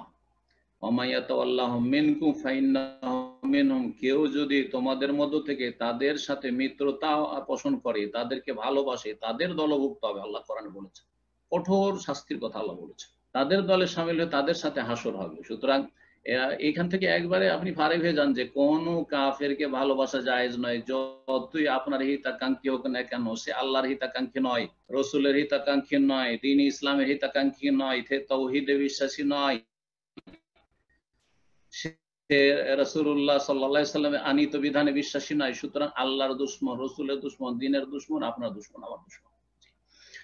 বাকি কথা হলো তার সাথে বাহ্যিক আচরণ, বাহ্যিক আচরণ ভালো ব্যবহার করবো। ইদফা বিল্লাতি আহসান, ভালো দিয়ে মন্দকে দূর করবো, ভালো দিয়ে তাদের শিরক থেকে তাদেরকে ফিরিয়ে নিয়ে আসার চেষ্টা করবো। বাকি থাকলো যেহেতু আপনি ভালোবাসার কথাটি বলেছেন, ভালোবাসা কারোর সাথে জায়েজ নয়। যেসব দেশ মুসলিমদের বিরুদ্ধে যুদ্ধ লাগিয়ে রেখেছে অথবা ইসলাম বিদ্বেষী বা রাসূলুল্লাহ অবমাননা করেছে, তাদের ক্ষেত্রে আমাদেরকে আরো কঠোর হইতে হবে, তাদেরকে ক্ষেত্রে আমাদের আরো কঠোর হইতে হবে। আর এর আগে বলেছি যে যতটা আমাদের দ্বারা সম্ভব তাদেরকে দুর্বল করার চেষ্টা করতে হবে, আর্থিক ভাবে হোক আর অন্য কোনো ভাবে হোক না কেন। কিন্তু মূলত এই কাজগুলি ফরজ হচ্ছে রাষ্ট্রীয় ক্ষমতায় যারা আছে তাদের, কারণ তারা এই রকমের প্রভাব ফেলতে পারবে। আর জনগণ কতটাই বা কি করতে পারে? জনগণ 2-4 দিন একটু হই হাই করবে, যেটাকে মনে করছে যে এইটা আমি খুব প্রতিবাদ করলাম, আর তারপরে আমি এই করলাম সেই করলাম, ব্যাস, আর কিছুই না। তো যাদের উপর আসলে আল্লাহ ফরজ করেছেন তাদেরকে এই ক্ষেত্রে ভূমিকা রাখা উচিত। আল্লাহ যেন তাদেরকে তৌফিক দান করেন। আর বাকি কথা হলো যে আমি আপনি যেই জায়গায় আছি সেই জায়গায় থেকে যতটা আমি তাদের অনিষ্ট থেকে নিজেকে বাঁচাবো, নিজের জাতিকে বাঁচাবো, নিজের ইসলামকে বাঁচাবো এবং নিজের মুসলিম ভাই বোনদেরকে বাঁচাবো, সেটা আপন আপন জায়গা থেকে চেষ্টা করব অবশ্যই। তবে যে আমাদের বিরুদ্ধে যুদ্ধ লাগিয়ে রেখেছে তার সাথে যুদ্ধ শুরু করে দিতে হবে, এই ক্ষেত্রেও দেখতে হবে যে যুদ্ধ শুরু করার মতো ক্ষমতা আছে কিনা। তারপরে যুদ্ধ শুরু করবে কে, সেটা শাসক হইতে হবে। আপনি জনগণ করলে হবে না। জনগণ রাস্তায় বেরিয়ে গেল, আপনাদের মতো কয়েকজন ভালো মানুষ আছে আর তারা রাস্তায় বেরিয়ে গেল, আর বাকি আপনাদের জন্য তো আপনার দেশের মুসলিম শাসককে লাগিয়ে রেখেছে যে এইরকম যারা বাড়াবাড়ি করবে তোদের দেশে তোরাই ওগুলোকে সামলিয়ে নে। তারা বলছেন আন্তর্জাতিক চুক্তিতে আপনাদেরকে সামলাবার জন্য আপনার দেশের শাসককে লাগানো আছে। সুতরাং যে ভালো মানুষটি সমাজে ছিল যাদের দ্বারা কিছু ইসলামের কাজ হয়েছে সেগুলিকে ভিতরে করে দেওয়া হলো, তাহলে আপনি কি করলেন? আপনি এগুলো কাজ জনগণের না, এগুলো কাজ হচ্ছে মুসলিম শাসকের। আর জনগণের যতটা ক্ষমতা আছে এবং যতটা আইনে অনুমতি দেই ততটাকে সামনে রেখে আমরা সেই আচরণগুলি করব তাদের সাথে। আবার বলছি, অমুসলিমদের সাথে যারা আমাদের সাথে ভালো আচরণ করে তাদের সাথে ভালো আচরণ করব, যারা খারাপ আচরণ করে তাদের অনিষ্টের যদি আমরা জবাব দিতে পারি তো জবাব দিব, আর যদি আমরা দুর্বল হই তো তাদের অনিষ্ট থেকে নিজেকে, নিজের জাতিকে, ইসলাম মুসলিমদেরকে রক্ষা করার জন্য আমরা কৌশল অবলম্বন করব। আল্লাহ যেন আমাদের কমজোরি দূর করে দেন এবং আমাদেরকে শক্তিশালী করেন, আমাদের ঈমানের দিক থেকে শক্তিশালী করেন, আমাদের দুনিয়ার দিক থেকে আল্লাহ শক্তিশালী করেন। জাযাকুমুল্লাহ খাইর। বারাকাল্লাহু ফিকুম। এরপর যে প্রশ্ন করবেন মোহাম্মদ সারওয়ার কবির, আপনি প্রশ্ন করুন। আসসালামু আলাইকুম ওয়া রাহমাতুল্লাহি ওয়া বারাকাতুহু। আসসালামু ওয়া রাহমাতুল্লাহি ওয়া বারাকাতুহু। আমি কিছুক্ষণ আগে আপনাকে একটা প্রশ্ন করেছিলাম বুখারী শরীফের 12 নম্বর হাদিস সম্পর্কে। তো আপনি উত্তরে বলেছিলেন যে কেউ নামাজের আগে প্যান্টটা গুটিয়ে নামাজে আসলো সেটা নিষেধ। এখন কেউ যদি সবসময় প্যান্টটা গুটিয়ে পরে, মানে টাকনুর পরে যদি প্যান্ট গুটিয়ে সবসময় পরে এবং সে নামাজও ওইভাবে পড়ে, তাহলে কি তারটা হবে? তারপরে মাকরুহ। তারপর সালাত অবস্থায় যেহেতু কাপড় গুটিয়ে রাখা নিষেধ আছে, সুতরাং সেটা অবশ্যই নিষিদ্ধ এবং মাকরুহ, কমপক্ষে মাকরুহ, অপছন্দনীয়। কথা বোঝা গেছে? সালাত হয়ে যাবে, সালাত হয়ে যাবে, কিন্তু সে কাপড়টা সবসময় কেন গুটিয়ে রেখে, যখন গুটিয়ে রাখছে সে যদি অফিসেও গুটিয়ে রাখে তো সেটা কেটে নিতে অসুবিধাটা কি? সে যদি 5 ওয়াক্ত নামাজি হয় তো নামাজ পড়ে জান্নাতে যেতে চাই, তো টাকনার নিচে কাপড় রেখে জাহান্নামে কেন যেতে চাইছে?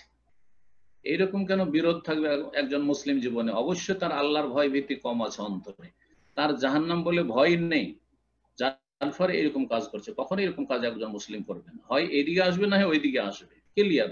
আল্লাহ যেন বোঝার তৌফিক দান করে। জি আমিন আমিন। শেখ আর দুইজন প্রশ্নকারী ছিল, একজন বোন হ্যান্ড রাইজ করেছে, এটা কি নিব ইনশাআল্লাহ? ওকে, তো ইনশাআল্লাহ আর দুইটা এই প্রশ্নের মাধ্যমে আমরা শেষ করে নেব ইনশাআল্লাহ। এ পর্যায়ে প্রশ্ন করবেন সাবিহা, আপনি প্রশ্ন করুন।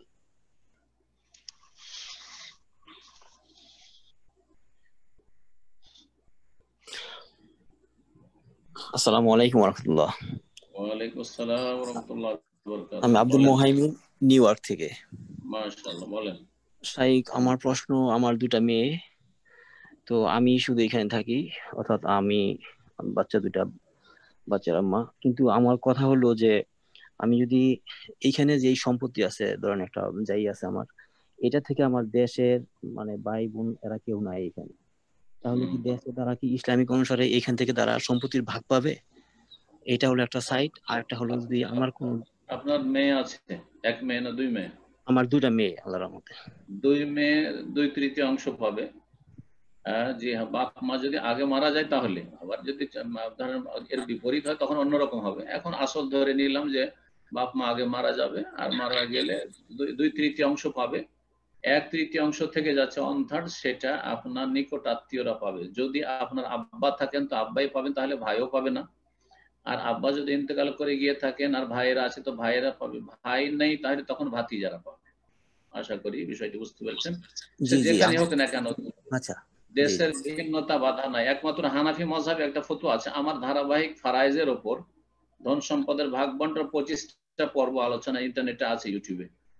তাতে আমি আলোচনা করেছি যে ধন সম্পদে ভাগ পেতে যে বাধা, তো চতুর্থ 3টি বাধা তো সবার কাছে, কিন্তু চতুর্থ বাধা যে হানাফি মাযহাব আছে, ইখতিলাফুদ দারাইন, দেশ ভিন্ন হইলে একে অপরের উত্তরাধিকারী বা ওয়ারিস হবে না। কিন্তু এর কোনো দলিল নেই, এর কোনো দলিল নেই যে একজন আমেরিকায় থাকে আর তার আত্মীয় বাংলাদেশে থাকে, সেজন্য বাংলাদেশের লোকের ভাগ আমেরিকায় থেকে পাবে না, আর আমেরিকায় থাকলে ওর ভাগ, ওর ধন সম্পদের ভাগ বাংলাদেশ থেকে পাবে না, এরকম কথা নেই, কোথাও নেই। জি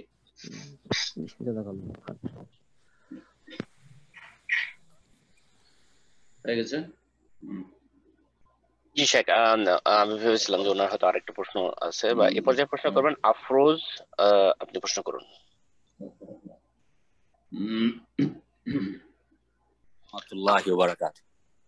ওয়ালাইকুম আসসালাম ওয়া রাহমাতুল্লাহি ওয়া বারাকাতুহু।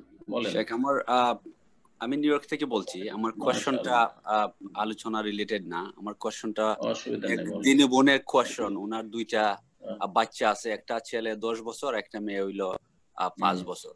তো উনাদের ইচ্ছা, উনারা ছেলে মেয়েদেরকে সৌদিতে লেখাপড়া করাবে, ইদার মক্কা অথবা মদিনাতে। এই ক্ষেত্রে তাদের করণীয় কি? তারা আমেরিকান সিটিজেন, তারা কি চাইলে এই বাচ্চাদেরকে নিয়ে সেখানে মুভ করতে পারবে? যদি পারে তাহলে কি কোনো এরকম সোর্স আছে, এটা জানার জন্য। জাযাকাল্লাহ খাইর। এটা দিনী মাসালা নয়, এটা হচ্ছে দুনিয়াবি মাসলা, পার্থিব মাসালা। তবে নিয়তটা ভালো, নিয়তটা ভালো যে সৌদি আরব ভালো পরিবেশে ছেলে মেয়েদের মানুষ করবে, খুব ভালো নিয়ত। আল্লাহ যেন তৌফিক দান করেন। প্রত্যেক ভাই বোনদের জন্য দোয়া করবো যাদের সৎ নিয়ত আছে ছেলে মেয়েদের ভালো প্রতিপালন, ইসলাম প্রতিপালনের। আল্লাহ যেন তাদেরকে তাদের মনের আশা পূরণ করে এবং তৌফিক দান করেন। সৌদি আরবে এখানে থাকার একটা নিয়ম হচ্ছে যে একামা হোল্ডার হয়ে, মানে যেটা রেসিডেন্সিয়াল কার্ড, তো যেভাবে আমরা আছি এখানে কোনো নাগরিকত্ব নেই আপনি 50 বছর থাকলে। সুতরাং এখানে যদি আপনি থাকেন তো এইভাবে কোনো একটা কাজের মাধ্যমে আসতে হবে। আপনি ভালো যদি কোনো একটা পেশাতে আসতে পারেন, এসে স্পন্সর, এখন তো স্পন্সর সিস্টেমটা আছে, যদিও হয়তো খুব তাড়াতাড়ি উঠে যাওয়ার কথা ঘোষণা হয়েছে প্রাথমিক 3-4 মাসের মধ্যে, তখন যে কি সিস্টেম হবে তখন বোঝা যাবে। এখন যেটা আছে যে আপনাকে কোনো একটা কাজের মাধ্যমে আসতে হবে, একটা স্পন্সর ধরে, কফিল ধরে, আর তারপরে এখানে আপনি এমন ভালো পেশা আছেন যেখানে আপনি ফ্যামিলি অ্যালাউ আপনার জন্য, তখন আপনি ছেলে মেয়েকে 18 বছরের নিচে যারা আছে তাদেরকে নিয়ে এসে এখানে লেখাপড়া করাতে পারবেন, যেমন আমরা করাচ্ছি আলহামদুলিল্লাহ। আল্লাহ তৌফিক দিয়েছেন, সব ছেলে মেয়েকে এখানে আল্লাহ পড়াবার সুযোগ করে দিয়েছেন। আর সেপারেট ব্যবস্থা এখানে, ক্লাস 1 থেকে নিয়ে একবারে পিএইচডি পর্যন্ত ছেলে মেয়েদের শিক্ষা এখানে আলাদা। তো এটা আল্লাহর একটা বড় নিয়ামত যা পৃথিবীতে কোথাও নেই।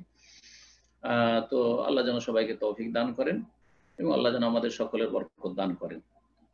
এটা একটা তরিকা। আর একটা হচ্ছে যে আপনি এখানে একটা ভালো পয়সা দিয়ে, মোটামুটি একটা ভালো পয়সা দিয়ে ইনভেস্টর হয়ে যেতে পারলেন।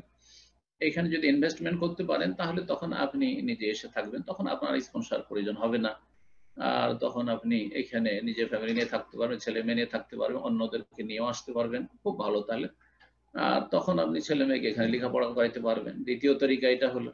তৃতীয় পদ্ধতি হচ্ছে যে আপনার ছেলে মেয়েরা ছেলেরা ওখানে লেখাপড়া করলো আপনার 12 পর্যন্ত, এ লেভেল 12 ক্লাস পর্যন্ত। আর তারপরে এখানে মদিনা ইউনিভার্সিটিতে বা আলেমা ইউনিভার্সিটি, দুটো ইসলামিক ইউনিভার্সিটি, অন্যান্য ইউনিভার্সিটিতে অ্যাডমিশন হচ্ছে কিছু সামান্য, তো এগুলোতে অ্যাপ্লাই করলেন। আর তারপরে আশা করা যায় ভালো রেজাল্ট থাকলে মঞ্জুরি হয়ে যাবে। যদিও জেনারেল লাইনে পড়ে আসছে, এখানে 2 বছরে আরবিক ল্যাঙ্গুয়েজ কোর্স দিয়ে ওকে আরবিতে ক্লাস যেন বুঝতে পারে এরকম তাকে করা হবে, ভাষা কোর্স। আর তারপরে সে ফ্যাকাল্টিতে পড়াশোনা করতে পারবে, যেমন বর্তমান ইউরোপ, আমেরিকা বা রাশিয়া, চায়নার ছেলেরা এখানে মদিনা ইউনিভার্সিটিতে বা আল ইমাম ইউনিভার্সিটিতে লেখাপড়া করছে।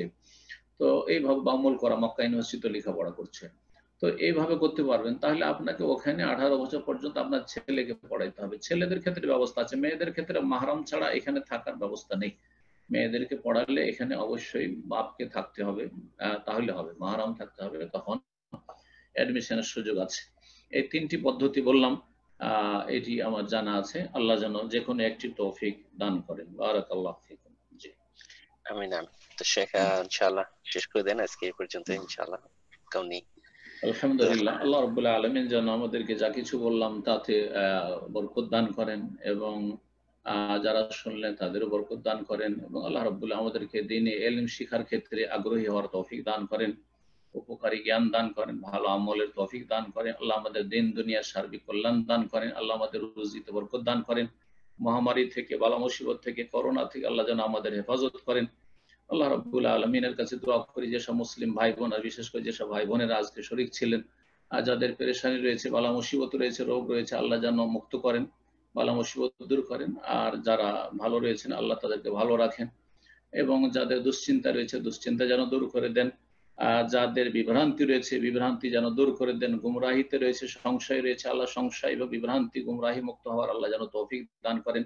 সিরাতে মুস্তাকিম, সরল পথের পথিক হওয়ার আল্লাহ যেন তৌফিক দান করেন। আল্লাহ রাব্বুল আলামিন যেন আমাদের সকলকে জান্নাতুল ফিরদাউস উচ্চ স্থান দান করেন। সুবহানা রাব্বিকা রাব্বিল ইজ্জাতি আম্মা ইয়াসিফুন ওয়া সালামুন আলাল মুরসালিন ওয়ালহামদুলিল্লাহি রাব্বিল আলামিন।